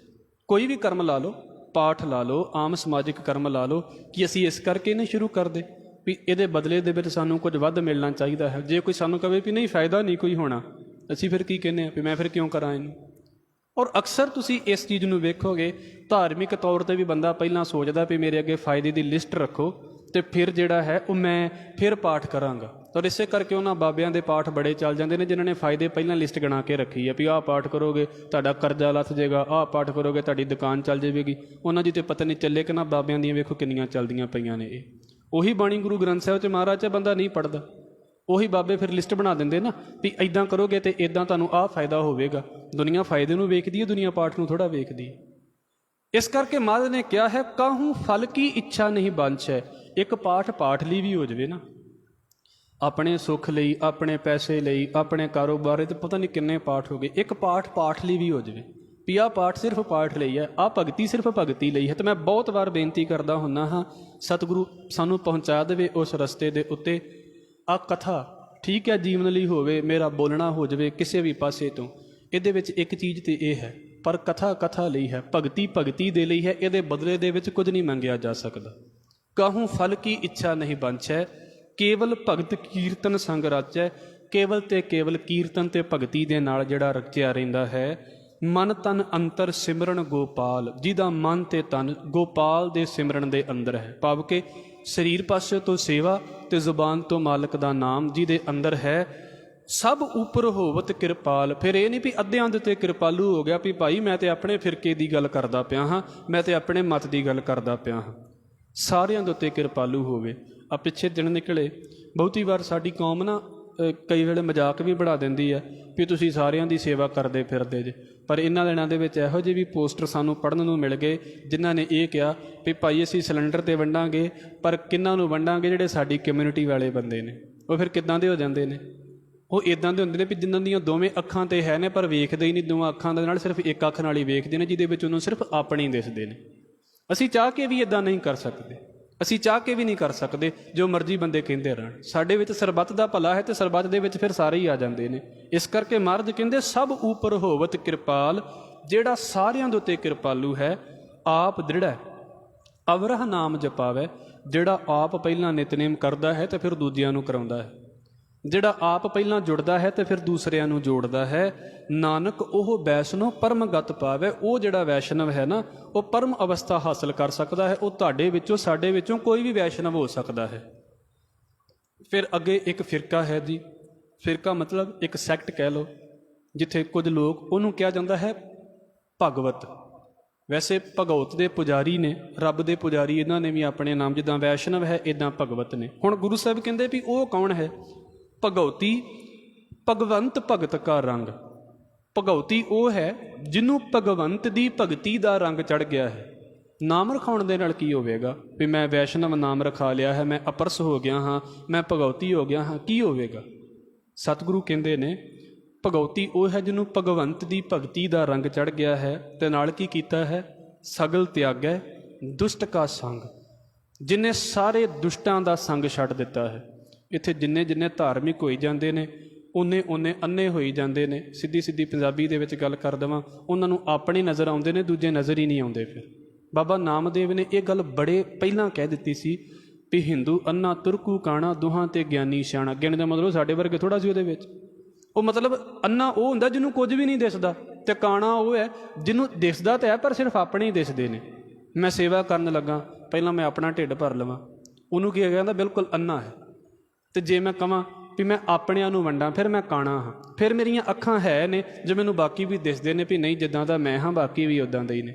ਇਹ ਬੜਾ ਔਖਾ ਹੈ, ਇਹਨੂੰ ਕਹਿ ਦੇਣਾ ਸੌਖਾ ਹੈ ਜ਼ਿੰਦਗੀ ਦੇ ਵਿੱਚ ਵੀ ਕਿਸੇ ਲਈ ਚੀਜ਼ ਪਈ ਹੋਈ ਆ ਤੇ 20 ਦਿਨ ਵੀ ਮੇਰੇ ਕੋਲ ਪਈ ਰਹੇਗੀ, ਮੈਂ ਕਦੀ ਉਸ ਚੀਜ਼ ਨੂੰ ਹੱਥ ਵੀ ਨਹੀਂ ਲਾ ਕੇ ਵੇਖਾਂਗਾ। ਪਈ ਰਵੇ ਹਾਂ ਮੇਰੇ ਕੋਲ, ਜਿਹੜੀ ਮੇਰੀ ਹੈ ਹੀ ਨਹੀਂ, ਮੈਂ ਉਹਨੂੰ ਹੱਥ ਕਿਉਂ ਲਾ ਦੇਵਾਂ? ਇਹ ਥੋੜ੍ਹਾ ਵੀ ਕਿਸੇ ਨੇ ਕਹਿ ਤਾ ਲੈ ਜਾ ਤੇ ਅੱਖਾਂ ਮੀਟ ਕੇ ਲੈ ਕੇ ਵੀ ਠੀਕ ਹੈ ਜੀ ਕੋਈ ਨਹੀਂ, ਆਪਣੀ ਹੋਵੇਗੀ। ਕਿਉਂ ਹੋਵੇਗੀ ਆਪਣੀ? ਮਹਾਰਾਜ ਜੀ ਕਹਿੰਦੇ ਨੇ ਹਰ ਇੱਕ ਚੀਜ਼ ਦਾ ਬਰਾਬਰੀ ਦਾ ਸਿਧਾਂਤ, ਸਾਰੇ ਦੁਸ਼ਟਾਂ ਦਾ ਸਾਥ ਜਿਹਨੇ ਛੱਡ ਦਿੱਤਾ ਹੈ। ਫਿਰ ਗੁਰੂ ਸਾਹਿਬ ਕਹਿੰਦੇ ਨੇ ਮਨ ਤੇ ਬਿਨਸੈ ਸਗਲਾ ਭਰਮ, ਉਹ ਜਿਹੜਾ ਵਹਿਮੀ ਨਹੀਂ ਹੈ। ਸਾਡੇ ਇੱਥੇ ਧਾਰਮਿਕ ਲੋਕ ਜਿੰਨੇ ਜ਼ਿਆਦਾ ਹੋਈ ਜਾਂਦੇ ਨੇ, ਉਹਨੇ ਵਹਿਮ ਵੀ ਉਹਨਾਂ ਦੇ ਵਧੀ ਜਾਂਦੇ ਨੇ। ਮਨ ਤੇ ਬਿਨਸੈ ਸਗਲਾ ਭਰਮ, ਜਿਹਨੂੰ ਕਿਸੇ ਚੀਜ਼ ਦਾ ਵਹਿਮ ਨਹੀਂ।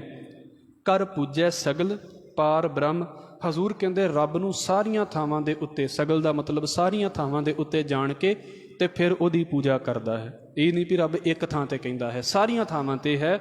ਸਾਧ ਸੰਗ ਪਾਪਾਂ ਮਲ ਖੋਵੈ, ਰੱਬ ਦੇ ਪਿਆਰਿਆਂ ਦੀ ਸੰਗਤ ਦੇ ਵਿੱਚ ਬੈਠ ਕੇ ਤੇ ਜਿਹੜਾ ਆਪਣੇ ਅੰਦਰੋਂ ਪਾਪਾਂ ਦੀ ਮੈਲ ਧੋ ਲੈਂਦਾ ਹੈ, ਹਜ਼ੂਰ ਕਹਿੰਦੇ ਤਿਸ ਭਗਉਤੀ ਕੀ ਮਤ ਉਤਮ ਹੋਵੇ, ਉਹਦੀ ਮਤ ਉੱਚੀ ਹੋ ਜਾਂਦੀ ਹੈ, ਉਹਦੀ ਮਤ ਚੰਗੀ ਹੋ ਜਾਂਦੀ ਹੈ।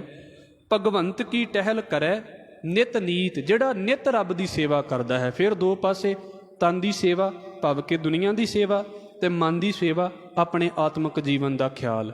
ਭਗਵੰਤ ਕੀ ਟਹਿਲ ਕਰੈ ਨਿਤ ਨੀਤ, ਮਨ ਤਨ ਅਰਪੈ ਬਿਸ਼ਨ ਪ੍ਰੀਤ, ਆਪਣਾ ਮਨ ਤੇ ਤਨ ਮਾਲਕ ਤੋਂ ਕੁਰਬਾਨ ਕਰ ਦਿੱਤਾ। ਫਿਰ ਗੁਰੂ ਸਾਹਿਬ ਕਹਿੰਦੇ ਨੇ ਹਰ ਕੇ ਚਰਨ ਹਿਰਦੈ ਵਸਾਵੈ, ਜਿਹੜਾ ਮਾਲਕ ਦੀ ਯਾਦ ਨੂੰ ਆਪਣੇ ਹਿਰਦੇ ਦੇ ਵਿੱਚ ਵਸਾਉਂਦਾ ਹੈ। ਚਰਨ ਦਾ ਮਤਲਬ ਇਹ ਨਾ ਇੱਥੋਂ ਸਮਝ ਲੈਣਾ ਵੀ ਉਹਦੀਆਂ ਕਿਤੇ ਫੋਟੋਆਂ ਖਿਚਾ ਕੇ ਤੇ ਘਰ ਦੇ ਵਿੱਚ ਟੰਗ ਦਿੱਤਾ ਵੀ ਆ ਜੀ ਬਾਬੇ ਦੇ ਚਰਨ ਹੋ ਗਏ, ਨਹੀਂ। ਮਾਲਕ ਦੇ ਚਰਨ ਦਾ ਮਤਲਬ ਹੈ ਅਸੀਂ ਨਿਮਰਤਾ ਦੇ ਵਿੱਚ ਇਸ ਗੱਲ ਨੂੰ ਕਹਿੰਦੇ ਹਾਂ ਵੀ ਰੱਬ ਆਪ ਬੇਅੰਤ ਹੈ, ਉਹਦੇ ਚਰਨਾਂ ਦੀ ਸ਼ੋਅ ਬਹੁਤ ਹੈ ਸਾਡੇ ਲਈ, ਇਸ ਕਰਕੇ ਚਰਨਾਂ ਦੀ ਗੱਲ ਆਉਂਦੀ ਹੈ ਵਾਰ-ਵਾਰ। ਹਜ਼ੂਰ ਕਹਿੰਦੇ ਨਾਨਕ ਐਸਾ ਭਗਉਤੀ ਭਗਵੰਤ ਕੋ ਪਾਵੇ, ਇਹੋ ਜਿਹਾ ਭਗਉਤੀ ਰੱਬ ਨੂੰ ਪਾ ਲੈਂਦਾ ਹੈ, ਭਗਵੰਤ ਨੂੰ ਪਾ ਲੈਂਦਾ ਹੈ। ਕੌਣ? ਜਿਹਦੇ ਉੱਪਰ ਮਹਾਰਾਜ ਨੇ ਗੱਲ ਕੀਤੀ ਹੈ। ਫਿਰ ਪੰਡਿਤ ਲੋਕ ਆ ਗਏ, ਵਿਦਵਾਨ ਲੋਕ ਆ ਗਏ। ਉਦੋਂ ਤਾਂ ਪੰਡਿਤ ਸਿਰਫ ਉਹੀ ਹੁੰਦੇ ਸੀ ਨਾ ਜਿਹੜੇ ਆਮ ਕਰਕੇ ਵੇਖਦੇ ਹਾਂ ਵੀ ਲੋਕਾਂ ਨੂੰ ਮੱਤ ਦੇਣ ਵਾਲੇ, ਕਿਉਂਕਿ ਤੇ ਬਹੁਤੇ ਲੋਕ ਪੜ੍ਹੇ ਲਿਖੇ ਨਹੀਂ ਸੀ ਹੁੰਦੇ। ਹੁਣ ਸਾਰੇ ਪੰਡਿਤ ਨੇ ਜਿਹੜੇ ਲੋਕਾਂ ਨੂੰ ਮੱਤ ਦੇਣ ਵਾਲੇ ਨੇ। ਗੁਰਮੁਖ ਪੰਡਿਤ ਹੋਏ ਜਗ ਪ੍ਰਬੋਧੀਐ, ਗੁਰਮੁਖ ਨੂੰ ਵੀ ਭਾਈ ਗੁਰਦਾਸ ਸਾਹਿਬ ਨੇ ਪੰਡਿਤ ਬੋਲਿਆ ਹੈ। ਪਰ ਗੁਰੂ ਸਾਹਿਬ ਕਹਿੰਦੇ ਕਿੱਦਾਂ ਦਾ ਹੋਵੇ? ਸੋ ਪੰਡਿਤ ਜੋ ਮਨ ਪ੍ਰਬੋਧ ਹੈ। ਪ੍ਰਬੋਧ ਦਾ ਮਤਲਬ ਹੁੰਦਾ ਹੈ ਪ੍ਰਬੁੱਧ ਕਰ ਲੈਣਾ। ਪਹਿਲਾਂ ਪੰਡਿਤ ਨੂੰ ਆਪ ਤੇ ਪਤਾ ਹੋਵੇ ਨਾ ਵੀ ਮੈਂ ਕੀ ਬੋਲਦਾ ਪਿਆ ਹਾਂ ਤੇ ਕੀ ਕਹਿ ਰਿਹਾ ਹਾਂ। ਜੋ ਟੀਚਰ ਸਮਝਾ ਰਿਹਾ ਹੈ, ਟੀਚਰ ਨੂੰ ਖੁਦ ਹੀ ਨਾ ਸਮਝ ਹੋਵੇ ਤੇ ਟੀਚਰ ਵਿਚਾਰਾ ਕੀ ਦੱਸੇਗਾ? ਫਿਰ ਅੱਜ ਕੱਲ੍ਹ ਪ੍ਰੋਬਲਮ ਇਹ ਹੈ ਵੀ ਐਜੂਕੇਸ਼ਨ ਸਿਸਟਮ ਦੇ ਵਿੱਚ, ਕਿਸੇ ਨੂੰ ਬੁਰਾ ਨਹੀਂ ਕਹਿੰਦਾ, ਪਰ ਪ੍ਰੋਬਲਮ ਇਹ ਹੈ ਟੀਚਰ ਉਹਦੇ ਵਿੱਚ ਖੁਦ ਇਨਵੋਲਵ ਨਹੀਂ ਹੋ ਰਿਹਾ। ਉਹ ਇੱਕ ਪਾਸੇ ਤੋਂ ਜਿੱਦਾਂ ਆ ਰਿਹਾ ਹੈ ਪਾਣੀ ਤੇ ਬਸ ਦੂਸਰੇ ਪਾਸੇ ਨਿਕਲੀ ਜਾ ਰਿਹਾ ਹੈ, ਬਸ ਇੰਨਾ ਕੀ ਕੁਝ ਹੋ ਰਿਹਾ। ਔਰ ਬੁਰਾ ਨਾ ਮਨਾਇਓ, ਇੱਦਾਂ ਹੀ ਇਸ ਕਰਕੇ ਵੀ ਸਾਡੇ ਦੇਸ਼ ਦੇ ਵਿੱਚੋਂ ਟੀਚਰ ਦੀ ਰਿਸਪੈਕਟ ਬਹੁਤ ਘੱਟ ਗਈ ਹੈ। ਉਹਦਾ ਰੀਜ਼ਨ ਵੀ ਸਭ ਤੋਂ ਵੱਡਾ ਇਹ ਹੈ, ਟੀਚਰ ਪਹਿਲੀ ਗੱਲ ਤਾਂ ਇੱਦਾਂ ਦਾ ਵੀ ਹੋਵੇ ਵੀ ਸਿਰਫ ਪੜ੍ਹਾਈ ਵਾਲਾ ਹੀ ਨਾ ਪਾਸਾ ਹੋਵੇ, ਉਹਦੇ ਜੀਵਨ ਦੇ ਵਿੱਚ ਕੁਝ ਇਹੋ ਜਿਹੇ ਗੁਣ ਹੋਣੇ ਚਾਹੀਦੇ ਨੇ ਜਿਹੜਾ ਉਹ ਪੜ੍ਹਾਉਣ ਤੋਂ ਬਾਅਦ 'ਚ ਵੀ ਚੇਤੇ ਰਵੇ ਵੀ ਮੈਂ ਹਾਂ ਇਹਦੇ ਕੋਲੋਂ ਪੜ੍ਹਿਆ ਹਾਂ। ਤੁਸੀਂ ਖੁਦ ਸਾਰੇ ਪੜ੍ਹੇ ਲਿਖੇ ਜੇ, ਮੈਂ ਵੀ ਚਲੋ ਥੋੜ੍ਹਾ ਬਹੁਤਾ ਇਸ ਪਾਸੇ 'ਤੇ ਗਿਆ ਹਾਂ। 10 ਦੇ ਵਿੱਚੋਂ ਇੱਕ ਅੱਧਾ ਟੀਚਰ ਕਿਤੇ ਚੇਤੇ ਰਹਿ ਜਾਂਦਾ ਵੀ ਇਹਦੇ ਵਿੱਚ ਇੱਕ ਚੀਜ਼ ਵੱਖ ਸੀ ਜਿਹਦੇ ਕਰਕੇ ਵਾਕਿਆ ਇਹ ਬੰਦਾ ਲੱਗਦਾ ਵੀ ਪੜ੍ਹਾਈ ਤੋਂ ਉੱਤੇ ਵੀ ਸਾਨੂੰ ਕੁਝ ਗੱਲ ਦੱਸੀ ਹੈ ਇਹਨੇ। ਨਹੀਂ ਤਾਂ ਟੀਚਰ ਦਾ ਮਤਲਬ ਕੀ ਹੈ ਵੀ ਚੈਪਟਰ ਖੋਲ੍ਹੋ ਅਤੇ ਟਾਈਮ ਹੋ ਗਿਆ ਚੈਪਟਰ ਬੰਦ ਕਰ ਦਿਓ, ਬਸ ਇਹੋ ਟੀਚਰ ਰਹਿ ਗਏ ਨੇ। ਇੱਦਾਂ ਨਹੀਂ। ਸੋ ਪੰਡਿਤ ਜੋ ਮਨ ਪ੍ਰਬੁੱਧ ਹੈ, ਪੰਡਿਤ ਉਹ ਹੈ ਜਿਹੜਾ ਪਹਿਲਾਂ ਆਪਣੇ ਮਨ ਨੂੰ ਪ੍ਰਬੁੱਧ ਕਰਦਾ ਹੈ। ਉਹਦੇ ਵਿੱਚ ਕੁਝ ਗੁਣ ਤੇ ਹੋਣ। ਸਤਿਗੁਰੂ ਕਹਿੰਦੇ ਨੇ ਰਾਮ ਨਾਮ ਆਤਮ ਮਹਿ ਸੁਧ ਹੈ। ਆਪਣੇ ਆਤਮਾ ਦੇ ਵਿੱਚ ਆਪਣੇ ਅੰਦਰ ਮਾਲਕ ਦੇ ਨਾਮ ਨੂੰ ਸੋਧੇ, ਭਾਵ ਕਿ ਆਪਣੇ ਅੰਦਰ ਮਾਲਕ ਦੇ ਨਾਮ ਨੂੰ ਵਸਾਵੇ ਤੇ ਫਿਰ ਰਾਮ ਨਾਮ ਸਾਰ ਰਸ ਪੀਵੇ।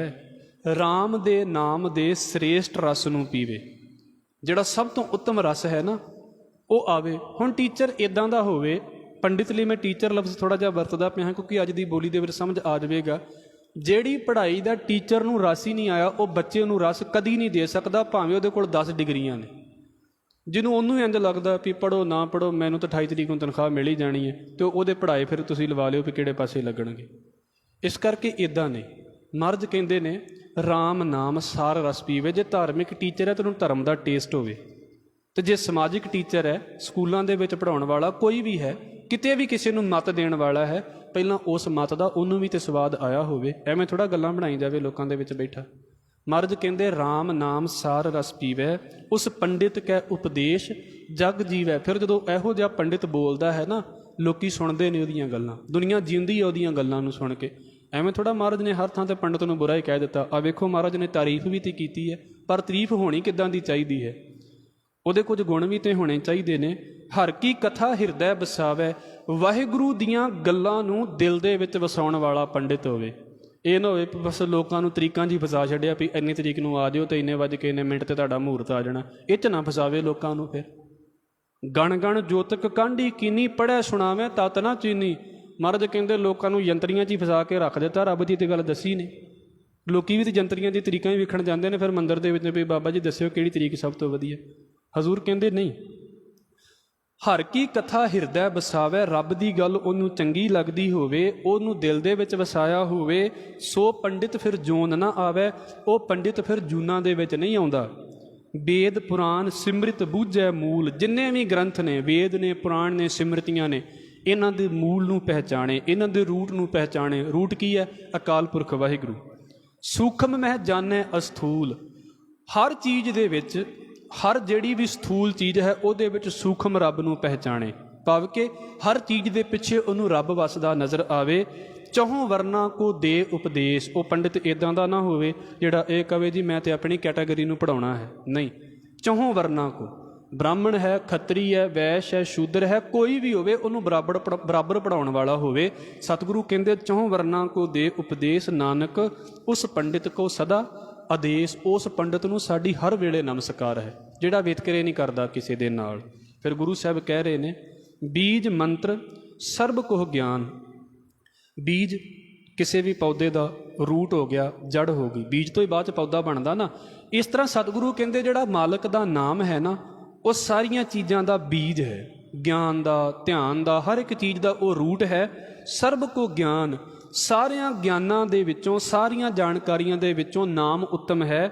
ਚਹੁੰ ਵਰਨਾ ਮੈਂ ਜਪੈ ਕੋਊ ਨਾਮ, ਚੌਵਾਂ ਵਰਨਾਂ ਦੇ ਵਿੱਚੋਂ ਬ੍ਰਾਹਮਣ, ਖੱਤਰੀ, ਸ਼ੂਦਰ ਤੇ ਵੈਸ਼, ਇਹਨਾਂ ਦੇ ਵਿੱਚੋਂ ਕੋਈ ਵੀ ਜੇ ਨਾਮ ਜਪਦਾ ਹੈ ਤੇ ਜੋ ਜੋ ਜਪੈ ਤਿਸ ਕੀ ਗਤ ਹੋਏ। ਮਹਾਰਾਜ ਨਹੀਂ ਕਹਿੰਦੇ ਵੀ ਸ਼ੂਦਰ ਨਾਮ ਨਹੀਂ ਜਪ ਸਕਦਾ, ਸਤਿਗੁਰੂ ਕਹਿੰਦੇ ਜੋ ਜੋ ਜਪੈ ਤਿਸ ਕੀ ਗਤ ਹੋਏ। ਜਿਹੜਾ ਨਾਮ ਜਪੇਗਾ ਉਹਦੀ ਅਵਸਥਾ ਉੱਚੀ ਹੋਵੇਗੀ ਹੀ ਹੋਵੇਗੀ। ਸਾਧ ਸੰਗ ਪਾਵੇ ਜਨ ਕੋਏ, ਪਰ ਕੋਈ ਵਿਰਲਾ ਹੀ ਬੰਦਾ ਸੰਗਤ ਦੇ ਵਿੱਚ ਰਹਿ ਕੇ ਤੇ ਇਸ ਨਾਮ ਨੂੰ ਹਾਸਲ ਕਰਦਾ ਹੈ।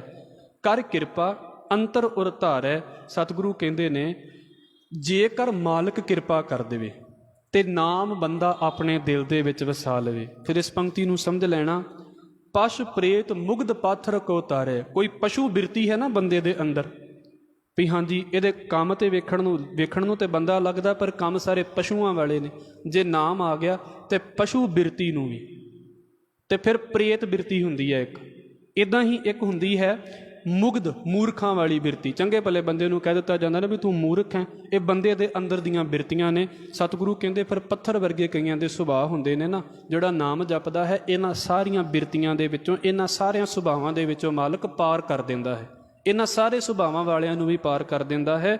ਸਰਬ ਰੋਗ ਕਾ ਔਖਦ ਨਾਮ, ਹਰ ਇੱਕ ਤਰੀਕੇ ਦੀ ਦਵਾਈ ਹੈ ਮਾਲਕ ਦਾ ਨਾਮ।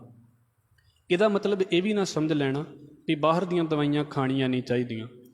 ਇੱਕ ਬਾਬੇ ਨੇ ਫਜ਼ੂਲ 'ਚ ਹੀ ਆਪਣੇ ਗਲ ਬਲਾ ਪਵਾ ਲਈ ਬੇਲੋੜਾ ਜਿਹਾ ਬਿਆਨ ਦੇ ਕੇ। ਕੀ ਲੋੜ ਹੈ? ਸਾਡੇ ਦੇਸ਼ ਦੇ ਵਿੱਚ ਕਈ ਤਰੀਕਿਆਂ ਦੇ ਇਲਾਜ ਚੱਲਦੇ ਰਹੇ ਨੇ। ਮਹਾਰਾਜ ਨੇ ਇਹਨਾਂ ਗੱਲਾਂ ਦੀਆਂ ਨਾ ਲੜਾਈਆਂ ਨਹੀਂ ਪਵਾਈਆਂ। ਜੇ ਸਤਿਗੁਰੂ ਨੇ ਸਿਰਫ ਇੱਦਾਂ ਕਹਿਣਾ ਹੁੰਦਾ ਨਾ ਵੀ ਦਵਾਈਆਂ ਨਾ ਖਾਓ, ਤੇ ਮਹਾਰਾਜ ਨੇ ਕੀਰਤਪੁਰ ਦੇ ਵਿੱਚ ਦਵਾਖਾਨਾ ਖੋਲ੍ਹਣਾ ਹੀ ਨਹੀਂ ਸੀ। ਮਹਾਰਾਜ ਨੇ ਖੋਲ੍ਹਿਆ ਨਾ, ਇਸ ਕਰਕੇ ਖੋਲ੍ਹਿਆ ਵੀ ਲੋਕੀ ਜੇ ਸਰੀਰ ਦੀ ਬਿਮਾਰੀ ਹੈ ਤੇ ਦਵਾਈ ਖਾ ਕੇ ਠੀਕ ਹੋ ਜਾਣ। ਇਲਾਜ ਕੋਈ ਵੀ ਹੋਵੇ, ਕਿਸੇ ਵੀ ਤਰੀਕੇ ਨਾਲ ਸਾਨੂੰ ਤੰਦਰੁਸਤੀ ਚਾਹੀਦੀ ਹੈ। ਸਾਡੀ ਇਸ ਗੱਲ ਦੀ ਲੜਾਈ ਥੋੜ੍ਹਾ ਵੀ ਮੈਂ ਇਸੇ ਦਵਾਈ ਨਾਲ ਹੀ ਠੀਕ ਹੋਣਾ। ਸਾਡੀ ਮੇਨ ਤੰਦਰੁਸਤੀ ਹੈ। ਕੋਈ ਬਿਲਕੁਲ ਨਿੱਕੇ ਜਿਹੇ ਡਾਕਟਰ ਦੇ ਕੋਲ ਠੀਕ ਹੋ ਜਾਵੇ ਤੇ ਕੋਈ ਵੱਡੇ ਸਰਜਨ ਦੇ ਕੋਲ ਠੀਕ ਹੋ ਜਾਵੇ, ਸਾਨੂੰ ਤੰਦਰੁਸਤੀ ਚਾਹੀਦੀ ਹੈ। ਸਾਡੀ ਲੜਾਈ ਦਵਾਈਆਂ ਤੋਂ ਨਹੀਂ ਸੀ ਹੋਣੀ ਚਾਹੀਦੀ। ਪਰ ਅੱਜ ਕੱਲ੍ਹ ਵੇਖ ਲਓ ਕੀ ਉਹ ਪੰਗਾ ਪਿਆ ਹੋਇਆ, ਸਾਰਾ ਤੁਸੀਂ ਜਾਣਦੇ ਹੋਵੋਗੇ। ਮਹਾਰਾਜ ਕਹਿੰਦੇ ਇੱਥੇ ਜਿਹੜੀ ਗੱਲ ਆਉਂਦੀ ਹੈ ਨਾ ਵੀ ਨਾਮ, ਦਵਾਈ ਆਪਣਾ ਕੰਮ ਕਰਦੀ ਹੈ, ਨਾਮ ਚੜ੍ਹਦੀ ਕਲਾ ਦੇ ਵਿੱਚ ਰੱਖਦਾ ਹੈ। ਇਸ ਕਰਕੇ ਨਾਮ ਦਵਾਈ ਹੈ। ਪਰ ਇਹ ਬੜੀ ਉੱਚੀ ਅਵਸਥਾ ਦੀ ਗੱਲ ਹੈ, ਐਵੇਂ ਪਹਿਲਾਂ ਹੀ ਨਹੀਂ ਪ੍ਰੈਕਟੀਕਲ ਕੀਤੇ ਜਾਂਦੇ ਹੁੰਦੇ। ਹਜ਼ੂਰ ਕਹਿੰਦੇ ਨੇ ਫਿਰ ਅਗਲੇ ਬਚਨ ਵੇਖੋ, ਸਰਬ ਰੋਗ ਕਾ ਔਖਦ ਨਾਮ, ਕਲਿਆਣ ਰੂਪ ਮੰਗਲ ਗੁਣ ਗਾਮ। ਜੇ ਕੋਈ ਇਹਨੂੰ ਬੜੇ ਪਿਆਰ ਦੇ ਨਾਲ ਗਾਉਂਦਾ ਹੈ ਉਹਦਾ ਕਲਿਆਣ ਹੈ। ਇਹੀ ਸਭ ਤੋਂ ਉੱਤਮ ਖੁਸ਼ੀ ਦਾ ਗੀਤ ਹੈ। ਕਾਹੂੰ ਜੁਗਤ ਕਿਤੇ ਨਾ ਪਾਈਐ ਧਰਮ। ਸਤਿਗੁਰੂ ਕਹਿੰਦੇ ਪਰ ਇਹ ਨਾਮ ਤਰੀਕਿਆਂ ਦੇ ਕਰਮ ਕਾਂਡਾਂ ਦੇ ਨਾਲ ਨਹੀਂ, ਫੋਕੀਆਂ ਧਾਰਮਿਕ ਰਸਮਾਂ ਦੇ ਨਾਲ ਨਹੀਂ ਪਾਇਆ ਜਾਂਦਾ। ਨਾਨਕ ਤਿਸ ਮਿਲੈ ਜਿਸ ਲਿਖਿਆ ਧੁਰ ਕਰਮ। ਇਹ ਤੇ ਉਹਨੂੰ ਮਿਲਦਾ ਹੈ ਜਿਹਦੇ ਉੱਤੇ ਮਾਲਕ ਕਰਮ ਪਾ, ਜਿਹਦੇ ਕਰਮਾਂ ਦੇ ਵਿੱਚ ਮਾਲਕ ਲਿਖ ਦੇਵੇ। ਫਿਰ ਬਚਨ ਵੇਖੋ, ਜਿਸ ਕੈ ਮਨ ਪਾਰ ਬ੍ਰਹਮ ਕਾ ਨਿਵਾਸ। ਜਿਹਦੇ ਮਨ ਦੇ ਵਿੱਚ ਮਾਲਕ ਦਾ ਨਿਵਾਸ ਹੋ ਗਿਆ ਹੈ। ਤਿਸ ਕਾ ਨਾਮ ਸਤ ਰਾਮਦਾਸ। ਉਹਦਾ ਨਾਮ ਹੈ ਅਸਲ ਦੇ ਵਿੱਚ ਰਾਮਦਾਸ। ਰਾਮਦਾਸ ਦਾ ਮਤਲਬ ਕੀ ਹੋ ਗਿਆ? ਰੱਬ ਦਾ ਦਾਸ। ਇਹ ਗੁਰੂ ਰਾਮਦਾਸ ਸਾਹਿਬ ਦੇ ਬਾਰੇ ਨਹੀਂ ਗੱਲ ਕੀਤੀ ਜਾ ਰਹੀ। ਰਾਮਦਾਸ ਇੱਕ ਫਿਰਕਾ ਹੈ, ਜਿੱਦਾਂ ਵੈਸ਼ਨਵ ਨੇ, ਜਿੱਦਾਂ ਭਗਉਤੀ ਨੇ, ਉੱਦਾਂ ਰਾਮਦਾਸ ਵੀ ਨੇ। ਮਹਾਰਾਜ ਜੀ ਦੀ ਬਾਣੀ ਦਾ ਇੱਕ ਬਚਨ ਹੈ, ਘੁੰਗਰੂ ਬਾਂਧ ਭਏ ਰਾਮਦਾਸਾ ਰੋਟੀਆਂ ਕੇ ਉਪਾਵਾ। ਕਹਿੰਦੇ ਵੀ ਪੈਰਾਂ ਤੇ ਘੁੰਗਰੂ ਬੰਨ੍ਹ ਕੇ ਨੱਚਦੇ ਪਏ ਨੇ ਤੇ ਆਪਣੇ ਵੱਲੋਂ ਕਹਿੰਦੇ ਨੇ ਰਾਮਦਾਸ ਨੇ, ਪਰ ਅਸਲ ਦੇ ਵਿੱਚ ਰੋਟੀ ਦਾ ਉਪਾਅ ਚੱਲਦਾ ਪਿਆ ਹੈ। ਇਹ ਇੱਕ ਫਿਰਕੇ ਦੀ ਗੱਲ ਹੈ। ਤਿਸਕਾ ਨਾਮ ਸਤ ਰਾਮਦਾਸ, ਆਤਮ ਰਾਮ ਤਿਸ ਨਦਰੀ ਆਇਆ। ਉਹਨੂੰ ਹਰ ਇੱਕ ਥਾਂ ਦੇ ਉੱਤੇ ਮਾਲਕ ਵਸਦਾ ਨਜ਼ਰ ਆਉਂਦਾ ਹੈ। ਦਾਸ ਦਸੰਤਣ ਭਾਏ ਤਿਨ ਪਾਇਆ। ਉਹਨੇ ਸੇਵਕਾਂ ਦਾ ਸੇਵਕ ਹੋਣ ਦੀ ਜਾਚ ਸਿੱਖ ਲਈ ਹੈ। ਇੱਕ ਤੇ ਹੁੰਦੇ ਨਾ ਸੇਵਕ, ਇੱਕ ਉਹਨਾਂ ਦੇ ਵੀ ਸੇਵਕ ਹੋਣ ਦੀ ਜਾਚ ਉਹਨੇ ਸਿੱਖ ਲਈ ਹੈ। ਸਦਾ ਨਿਕਟ ਨਿਕਟ ਹਰ ਜਾਨ। ਜਿਹੜਾ ਹਰ ਵੇਲੇ ਮਾਲਕ ਨੂੰ ਨੇੜੇ ਜਾਣਦਾ ਹੈ, ਸੋ ਦਾਸ ਦਰਗਾਹ ਪ੍ਰਵਾਨ। ਰੱਬ ਦੇ ਘਰ ਦੇ ਵਿੱਚ ਉਹ ਸੇਵਕ ਕਬੂਲ ਹੋ ਜਾਂਦਾ ਹੈ। ਆਪਣੇ ਦਾਸ ਕੋ ਆਪ ਕਿਰਪਾ ਕਰੇ। ਵਾਹਿਗੁਰੂ ਆਪਣੇ ਸੇਵਕ ਦੇ ਉੱਤੇ ਆਪ ਕਿਰਪਾ ਕਰਦਾ ਹੈ। ਤਿਸ ਦਾਸ ਕੋ ਸਭ ਸੋਝੀ ਪਰੈ। ਉਸ ਸੇਵਕ ਨੂੰ ਫਿਰ ਸਾਰੀ ਸੋਝੀ ਪੈ ਜਾਂਦੀ ਹੈ। ਭਾਵ ਕਿ ਹੈ ਤੇ ਵੇਖਣ ਨੂੰ ਸੇਵਕ ਲੱਗੇਗਾ ਵੀ ਇਹਨੂੰ ਕੀ ਪਤਾ ਹੈ, ਪਰ ਉਹਦਾ ਇੱਕ ਬੋਲਿਆ ਬੋਲ ਏਡੇ ਕਮਾਲ ਦਾ ਹੈ। ਉਹਨੂੰ ਹਰ ਇੱਕ ਚੀਜ਼ ਦੀ ਸਮਝ ਹੈ। ਹਜ਼ੂਰ ਕਹਿੰਦੇ ਨੇ ਸਗਲ ਸੰਗ, ਸਾਰਿਆਂ ਦੇ ਨਾਲ ਰਹਿੰਦਾ ਹੈ, ਪਰ ਆਤਮ ਉਦਾਸ, ਆਪਣੇ ਆਪ ਦੇ ਵਿੱਚ ਫਿਰ ਵੀ ਇਕੱਲਾ ਹੈ। ਸਾਰਿਆਂ ਦੇ ਵਿੱਚ ਰਹਿ ਕੇ ਵੀ ਸਾਰਿਆਂ ਤੋਂ ਇੱਕ ਵੱਖਰਾ ਹੈ। ਇਹ ਆਪਣੀ ਇੱਕ ਯੂਨੀਕ ਆਇਡੈਂਟੀਟੀ ਹੈ ਉਹਦੀ। ਹਜ਼ੂਰ ਕਹਿੰਦੇ ਨੇ ਐਸੀ ਜੁਗਤ ਨਾਨਕ ਰਾਮਦਾਸ। ਰੱਬ ਦੇ ਸੇਵਕ ਦੀ ਜੁਗਤੀ, ਰੱਬ ਦੇ ਸੇਵਕ ਦਾ ਜੀਣ ਦਾ ਤਰੀਕਾ ਇੱਦਾਂ ਦਾ ਹੈ ਸਾਰਿਆਂ ਦੇ ਵਿੱਚ, ਪਰ ਸਾਰਿਆਂ ਦੇ ਨਾਲੋਂ ਨਿਰਲੇਪ ਹੈ। ਅਗਲਾ ਪਦਾ ਹੈ ਜੀ, ਪ੍ਰਭ ਕੀ ਆਗਿਆ ਆਤਮ ਹਿਤਾਵੈ। ਜਿਹੜਾ ਬੰਦਾ ਰੱਬ ਦੀ ਆਗਿਆ ਨੂੰ ਮਿੱਠੀ ਕਰਕੇ ਮੰਨਦਾ ਹੈ, ਜੋ ਕੀਤਾ ਉਹਨੂੰ ਚੰਗਾ ਕਰਕੇ ਮੰਨਦਾ ਹੈ, ਜੀਵਨ ਮੁਕਤ ਸੋਊ ਕਹਾਵੈ। ਉਹ ਤੇ ਜਿਉਂਦੇ ਜੀ ਮੁਕਤ ਹੈ। ਸਮਝ ਲਓ ਵੀ ਉਹ ਜਿਉਂਦੇ ਜੀ ਪਾਰ ਹੈ। ਤੈਸਾ ਹਰਖ ਤੈਸਾ ਉਸ ਸੋਗ। ਖੁਸ਼ੀ ਦੇ ਵਿੱਚ ਤੇ ਗਮੀ ਦੇ ਵਿੱਚ ਉਹ ਇੱਕੋ ਜਿਹਾ ਰਹਿਣ ਵਾਲਾ ਹੈ। ਭਾਵ ਇਹ ਨਹੀਂ ਵੀ ਖੁਸ਼ੀਆਂ ਹੀ ਮੰਗੀ ਜਾਂਦਾ ਹੈ। ਜਿੰਨੀਆਂ ਖੁਸ਼ੀਆਂ ਮੰਗਾਂਗੇ ਗਮ ਆਉਣੇ ਹੀ ਆਉਣੇ ਨੇ ਨਾਲ ਉਹਦੇ। ਫਿਰ ਗੁਰੂ ਸਾਹਿਬ ਕਹਿੰਦੇ ਸਦਾ ਆਨੰਦ। ਉਹ ਖੁਸ਼ੀ ਤੇ ਗਮੀ ਤੋਂ ਉੱਤੇ ਹੈ, ਸਦਾ ਆਨੰਦ ਦੇ ਵਿੱਚ ਹੈ। ਤਾਂ ਨਹੀਂ ਵਿਯੋਗ। ਉਹਨੂੰ ਕਿਸੇ ਚੀਜ਼ ਦੀ ਮਤਲਬ ਚਿੰਤਾ ਨਹੀਂ, ਕਿਉਂਕਿ ਰੱਬ ਨਾਲੋਂ ਵਿਛੋੜਾ ਨਹੀਂ ਹੈ ਉਹਦਾ। ਤੈਸਾ ਸੁਵਰਨ ਤੈਸੀ ਉਸ ਮਾਟੀ। ਉਹਦੇ ਲਈ ਸੋਨਾ ਤੇ ਮਿੱਟੀ ਇੱਕੋ ਜਿਹੇ ਨੇ। ਇਹਦਾ ਮਤਲਬ ਇਹ ਹੈ ਵੀ ਇਹ ਨਹੀਂ ਵੀ ਉਹਨੂੰ ਪਤਾ ਨਹੀਂ ਵੀ ਸੋਨੇ ਦੀ ਕੀਮਤ ਕੀ ਹੈ ਤੇ ਮਿੱਟੀ ਦੀ ਕੀਮਤ ਕੀ ਹੈ। ਸੋਨਾ ਥੋੜ੍ਹਾ ਜਿਹਾ ਹੋਵੇ ਤੇ ਮਿੱਟੀ ਦੇ ਕਈ ਟਰੱਕ ਭਰ ਕੇ ਆ ਜਾਂਦੇ ਨੇ। ਸਮਝ ਹੈ ਉਹਨੂੰ, ਪਰ ਇੱਦਾਂ ਨਹੀਂ ਜਿੱਦਾਂ ਮਿੱਟੀ ਨੂੰ ਵੇਖ ਕੇ ਸਾਡਾ ਦਿਮਾਗ ਜੀ ਨਾ ਖਿੱਚਿਆ ਜਾਂਦਾ ਵੀ ਹਾਏ ਮਿੱਟੀ ਕਿੱਦਾਂ ਦੀ ਹੈ, ਮਿੱਟੀ ਤੇ ਮਿੱਟੀ ਵਰਗੀ ਆ ਨਾ, ਉਹਨਾਂ ਨੂੰ ਸੋਨਾ ਵੀ ਮਿੱਟੀ ਵਰਗਾ ਲੱਗਦਾ। ਇਹਨੇ ਵੀ ਵੇਖਿਆ ਤੇ ਬਸ ਆਕਰਸ਼ਿਤ ਹੋ ਗਏ ਵੀ ਬਸ ਆਹ ਚੀਜ਼ ਕਮਾਲ ਦੀ ਹੈ। ਸਤਿਗੁਰੂ ਕਹਿੰਦੇ ਉਹਦੇ ਲਈ ਇੱਕੋ ਹੀ ਜੀਆਂ ਚੀਜ਼ਾਂ ਨੇ, ਤੈਸਾ ਸੁਵਰਨ ਤੈਸੀ ਉਸ ਮਾਟੀ, ਤੈਸਾ ਅੰਮ੍ਰਿਤ ਤੈਸੀ ਬਿਖ ਖਾਟੀ। ਅੰਮ੍ਰਿਤ ਤੇ ਜ਼ਹਿਰ ਮਤਲਬ ਕਿਸੇ ਦਾ ਬੜੇ ਕਮਾਲ ਦਾ ਜੀਵਨ ਹੈ, ਉਹ ਉਹਦੇ ਨਾਲ ਵੀ ਉਹੋ ਜਿਹਾ ਬਿਹੇਵ ਕਰਦਾ ਹੈ। ਕਿਸੇ ਦਾ ਬੜਾ ਨੀਵਾਂ ਜੀਵਨ ਹੈ, ਉਹਦੇ ਨਾਲ ਵੀ ਉੱਦਾਂ ਦਾ ਬਿਹੇਵ ਕਰਦਾ ਹੈ। ਇਹ ਨਹੀਂ ਵੀ ਨਫ਼ਰਤ ਕਰਦਾ ਹੈ ਕਿਸੇ ਦੇ ਨਾਲ। ਤੈਸਾ ਮਾਨ ਤੈਸਾ ਅਭਿਮਾਨ, ਉਹਦਾ ਮਾਨ ਤੇ ਅਭਿਮਾਨ ਇੱਕੋ ਜਿਹਾ ਹੈ ਸਾਰਿਆਂ ਦੇ ਨਾਲ। ਮਤਲਬ ਜੇ ਉਹਨੇ ਇਹ ਨਹੀਂ ਵੀ ਆਹ ਮੇਰੇ ਬੜੇ ਖਾਸ ਨੇ ਤੇ ਇਹਨਾਂ ਵੱਲ ਦੌੜ ਦੌੜ ਕੇ ਜਾਣਾ, ਤੇ ਆਹ ਮੇਰੇ ਵੈਰੀ ਨੇ ਤਾਂ ਇਹਨਾਂ ਵੱਲ ਮੂੰਹ ਵੀ ਨਹੀਂ ਲਾਉਣਾ, ਇੱਦਾਂ ਦਾ ਬੰਦਾ ਨਹੀਂ। ਸਮਦ੍ਰਿਸ਼ਟ ਹੈ ਉਹ ਬੰਦਾ। ਤੈਸਾ ਰੰਕ ਤੈਸਾ ਰਾਜਾਨ, ਉਹਦੇ ਲਈ ਫਕੀਰ ਵੀ ਉੱਦਾਂ ਦਾ ਤੇ ਉਹਦੇ ਲਈ ਬਾਦਸ਼ਾਹ ਵੀ ਉੱਦਾਂ ਦਾ। ਜੋ ਵਰਤਾਏ ਸਾਈ ਜੁਗਤ, ਹਜ਼ੂਰ ਕਹਿੰਦੇ ਨੇ ਜੋ ਵੀ ਸੱਚੇ ਪਾਤਸ਼ਾਹ ਅਕਾਲ ਪੁਰਖ ਵਾਹਿਗੁਰੂ ਜੋ ਵੀ ਵਰਤਾ ਦਿੰਦਾ ਹੈ, ਉਹ ਕਹਿੰਦਾ ਵੀ ਬਸ ਮੇਰੇ ਲਈ ਇਹੋ ਹੀ ਜੁਗਤੀ ਹੈ, ਮੈਂ ਇਹ ਤੋਂ ਵੀ ਸਿੱਖ ਲਵਾਂਗਾ।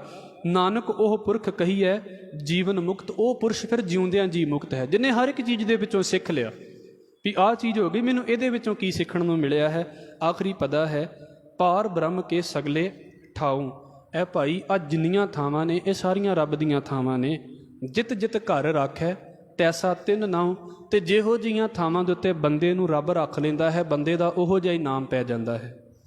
ਆਪੇ ਕਰਨ ਕਰਾਵਨ ਜੋਗ, ਆਪ ਹੀ ਸਾਰਾ ਕੁਝ ਕਰਨ ਦੇ ਤੇ ਜੀਵਾਂ ਦੇ ਕੋਲੋਂ ਕਰਵਾਉਣ ਦੇ ਯੋਗ ਹੈ, ਕਾਬਿਲ ਹੈ। ਪ੍ਰਭ ਭਾਵੈ ਸੋਈ ਫੁਨ ਹੋਗ, ਸਤਿਗੁਰੂ ਕਹਿੰਦੇ ਜੋ ਪ੍ਰਭੂ ਨੂੰ ਪਾਉਂਦਾ ਹੈ ਉਹੀ ਫਿਰ ਹੋਵੇਗਾ।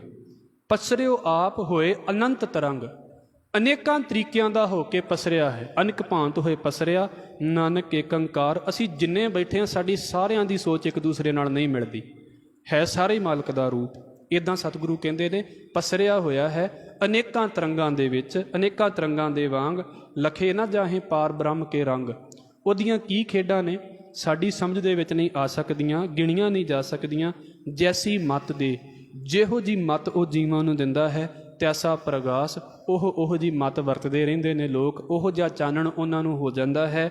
ਪਾਰ ਬ੍ਰਹਮ ਕਰਤਾ ਅਬਿਨਾਸ਼, ਮਾਲਕ ਆਪ ਸਾਰਿਆਂ ਨੂੰ ਕਰਨ ਵਾਲਾ ਹੈ, ਬਣਾਉਣ ਵਾਲਾ ਹੈ, ਪਰ ਨਾਸ਼ ਰਹਿਤ ਹੈ। ਸਦਾ ਸਦਾ ਸਦਾ ਦਇਆਲ, ਉਹ ਸਦਾ ਹੀ ਦਿਆਲੂ ਹੈ, ਸਦਾ ਹੀ ਦਿਆਲੂ ਹੈ, ਹਰ ਵੇਲੇ ਦਿਆਲੂ ਹੈ। ਸਿਮਰ ਸਿਮਰ ਨਾਨਕ ਭਏ ਨਿਹਾਲ, ਉਹਦੇ ਸੇਵਕ ਉਹਨੂੰ ਸਿਮਰ ਕੇ ਨਿਹਾਲ ਹੋ ਜਾਂਦੇ ਨੇ, ਖਿੜੇ ਰਹਿੰਦੇ ਨੇ।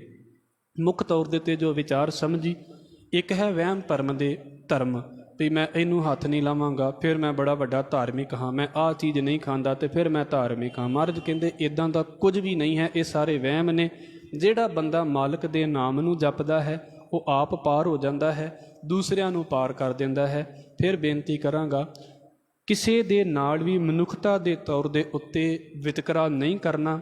ਅਸੀਂ ਪਦਵੀ ਦੇ ਉੱਤੇ, ਪਦਵੀ ਦੇ ਤੌਰ ਦੇ ਉੱਤੇ, ਸਟੇਟਸ ਦੇ ਤੌਰ 'ਤੇ ਕਿਸੇ ਨਾਲੋਂ ਚੰਗੇ ਹੋ ਸਕਦੇ ਹਾਂ, ਹੋ ਸਕਦਾ ਸਾਡੀ ਪੋਸਟ ਉੱਚੀ ਹੋਵੇ ਦੂਸਰੇ ਦੀ ਨੀਵੀਂ ਹੋਵੇ, ਪਰ ਕਿਸੇ ਦੇ ਨਾਲ ਵਿਤਕਰਾ ਨਹੀਂ ਕਰਨਾ ਮਨੁੱਖਤਾ ਦੇ ਤੌਰ ਦੇ ਉੱਤੇ ਵੀ ਇਹ ਬੰਦੇ ਸਾਡੇ ਬਰਾਬਰ ਨਹੀਂ ਬੈਠਣੇ ਚਾਹੀਦੇ। ਸਾਨੂੰ ਗੁਰੂ ਘਰਾਂ ਦੇ ਵਿੱਚੋਂ ਇਹ ਚੀਜ਼ ਘਰਾਂ ਦੇ ਵਿੱਚ ਲੈ ਕੇ ਜਾਈਏ, ਅਤੇ ਘਰਾਂ ਦੇ ਵਿੱਚੋਂ ਜੇ ਮਾਲਕ ਨੇ ਸਾਨੂੰ ਫੈਕਟਰੀਆਂ ਦਿੱਤੀਆਂ ਨੇ, ਦੁਕਾਨਾਂ ਦਿੱਤੀਆਂ ਨੇ, ਅਤੇ ਸਾਰਿਆਂ ਦੇ ਨਾਲ ਇੱਦਾਂ ਦਾ ਬਿਹੇਵ ਕਰੀਏ ਵੀ ਸਾਡੇ ਕੋਲ ਆਉਣ ਵਾਲੇ ਲੋਕਾਂ ਨੂੰ ਮਾਣ ਮਹਿਸੂਸ ਹੋਵੇ।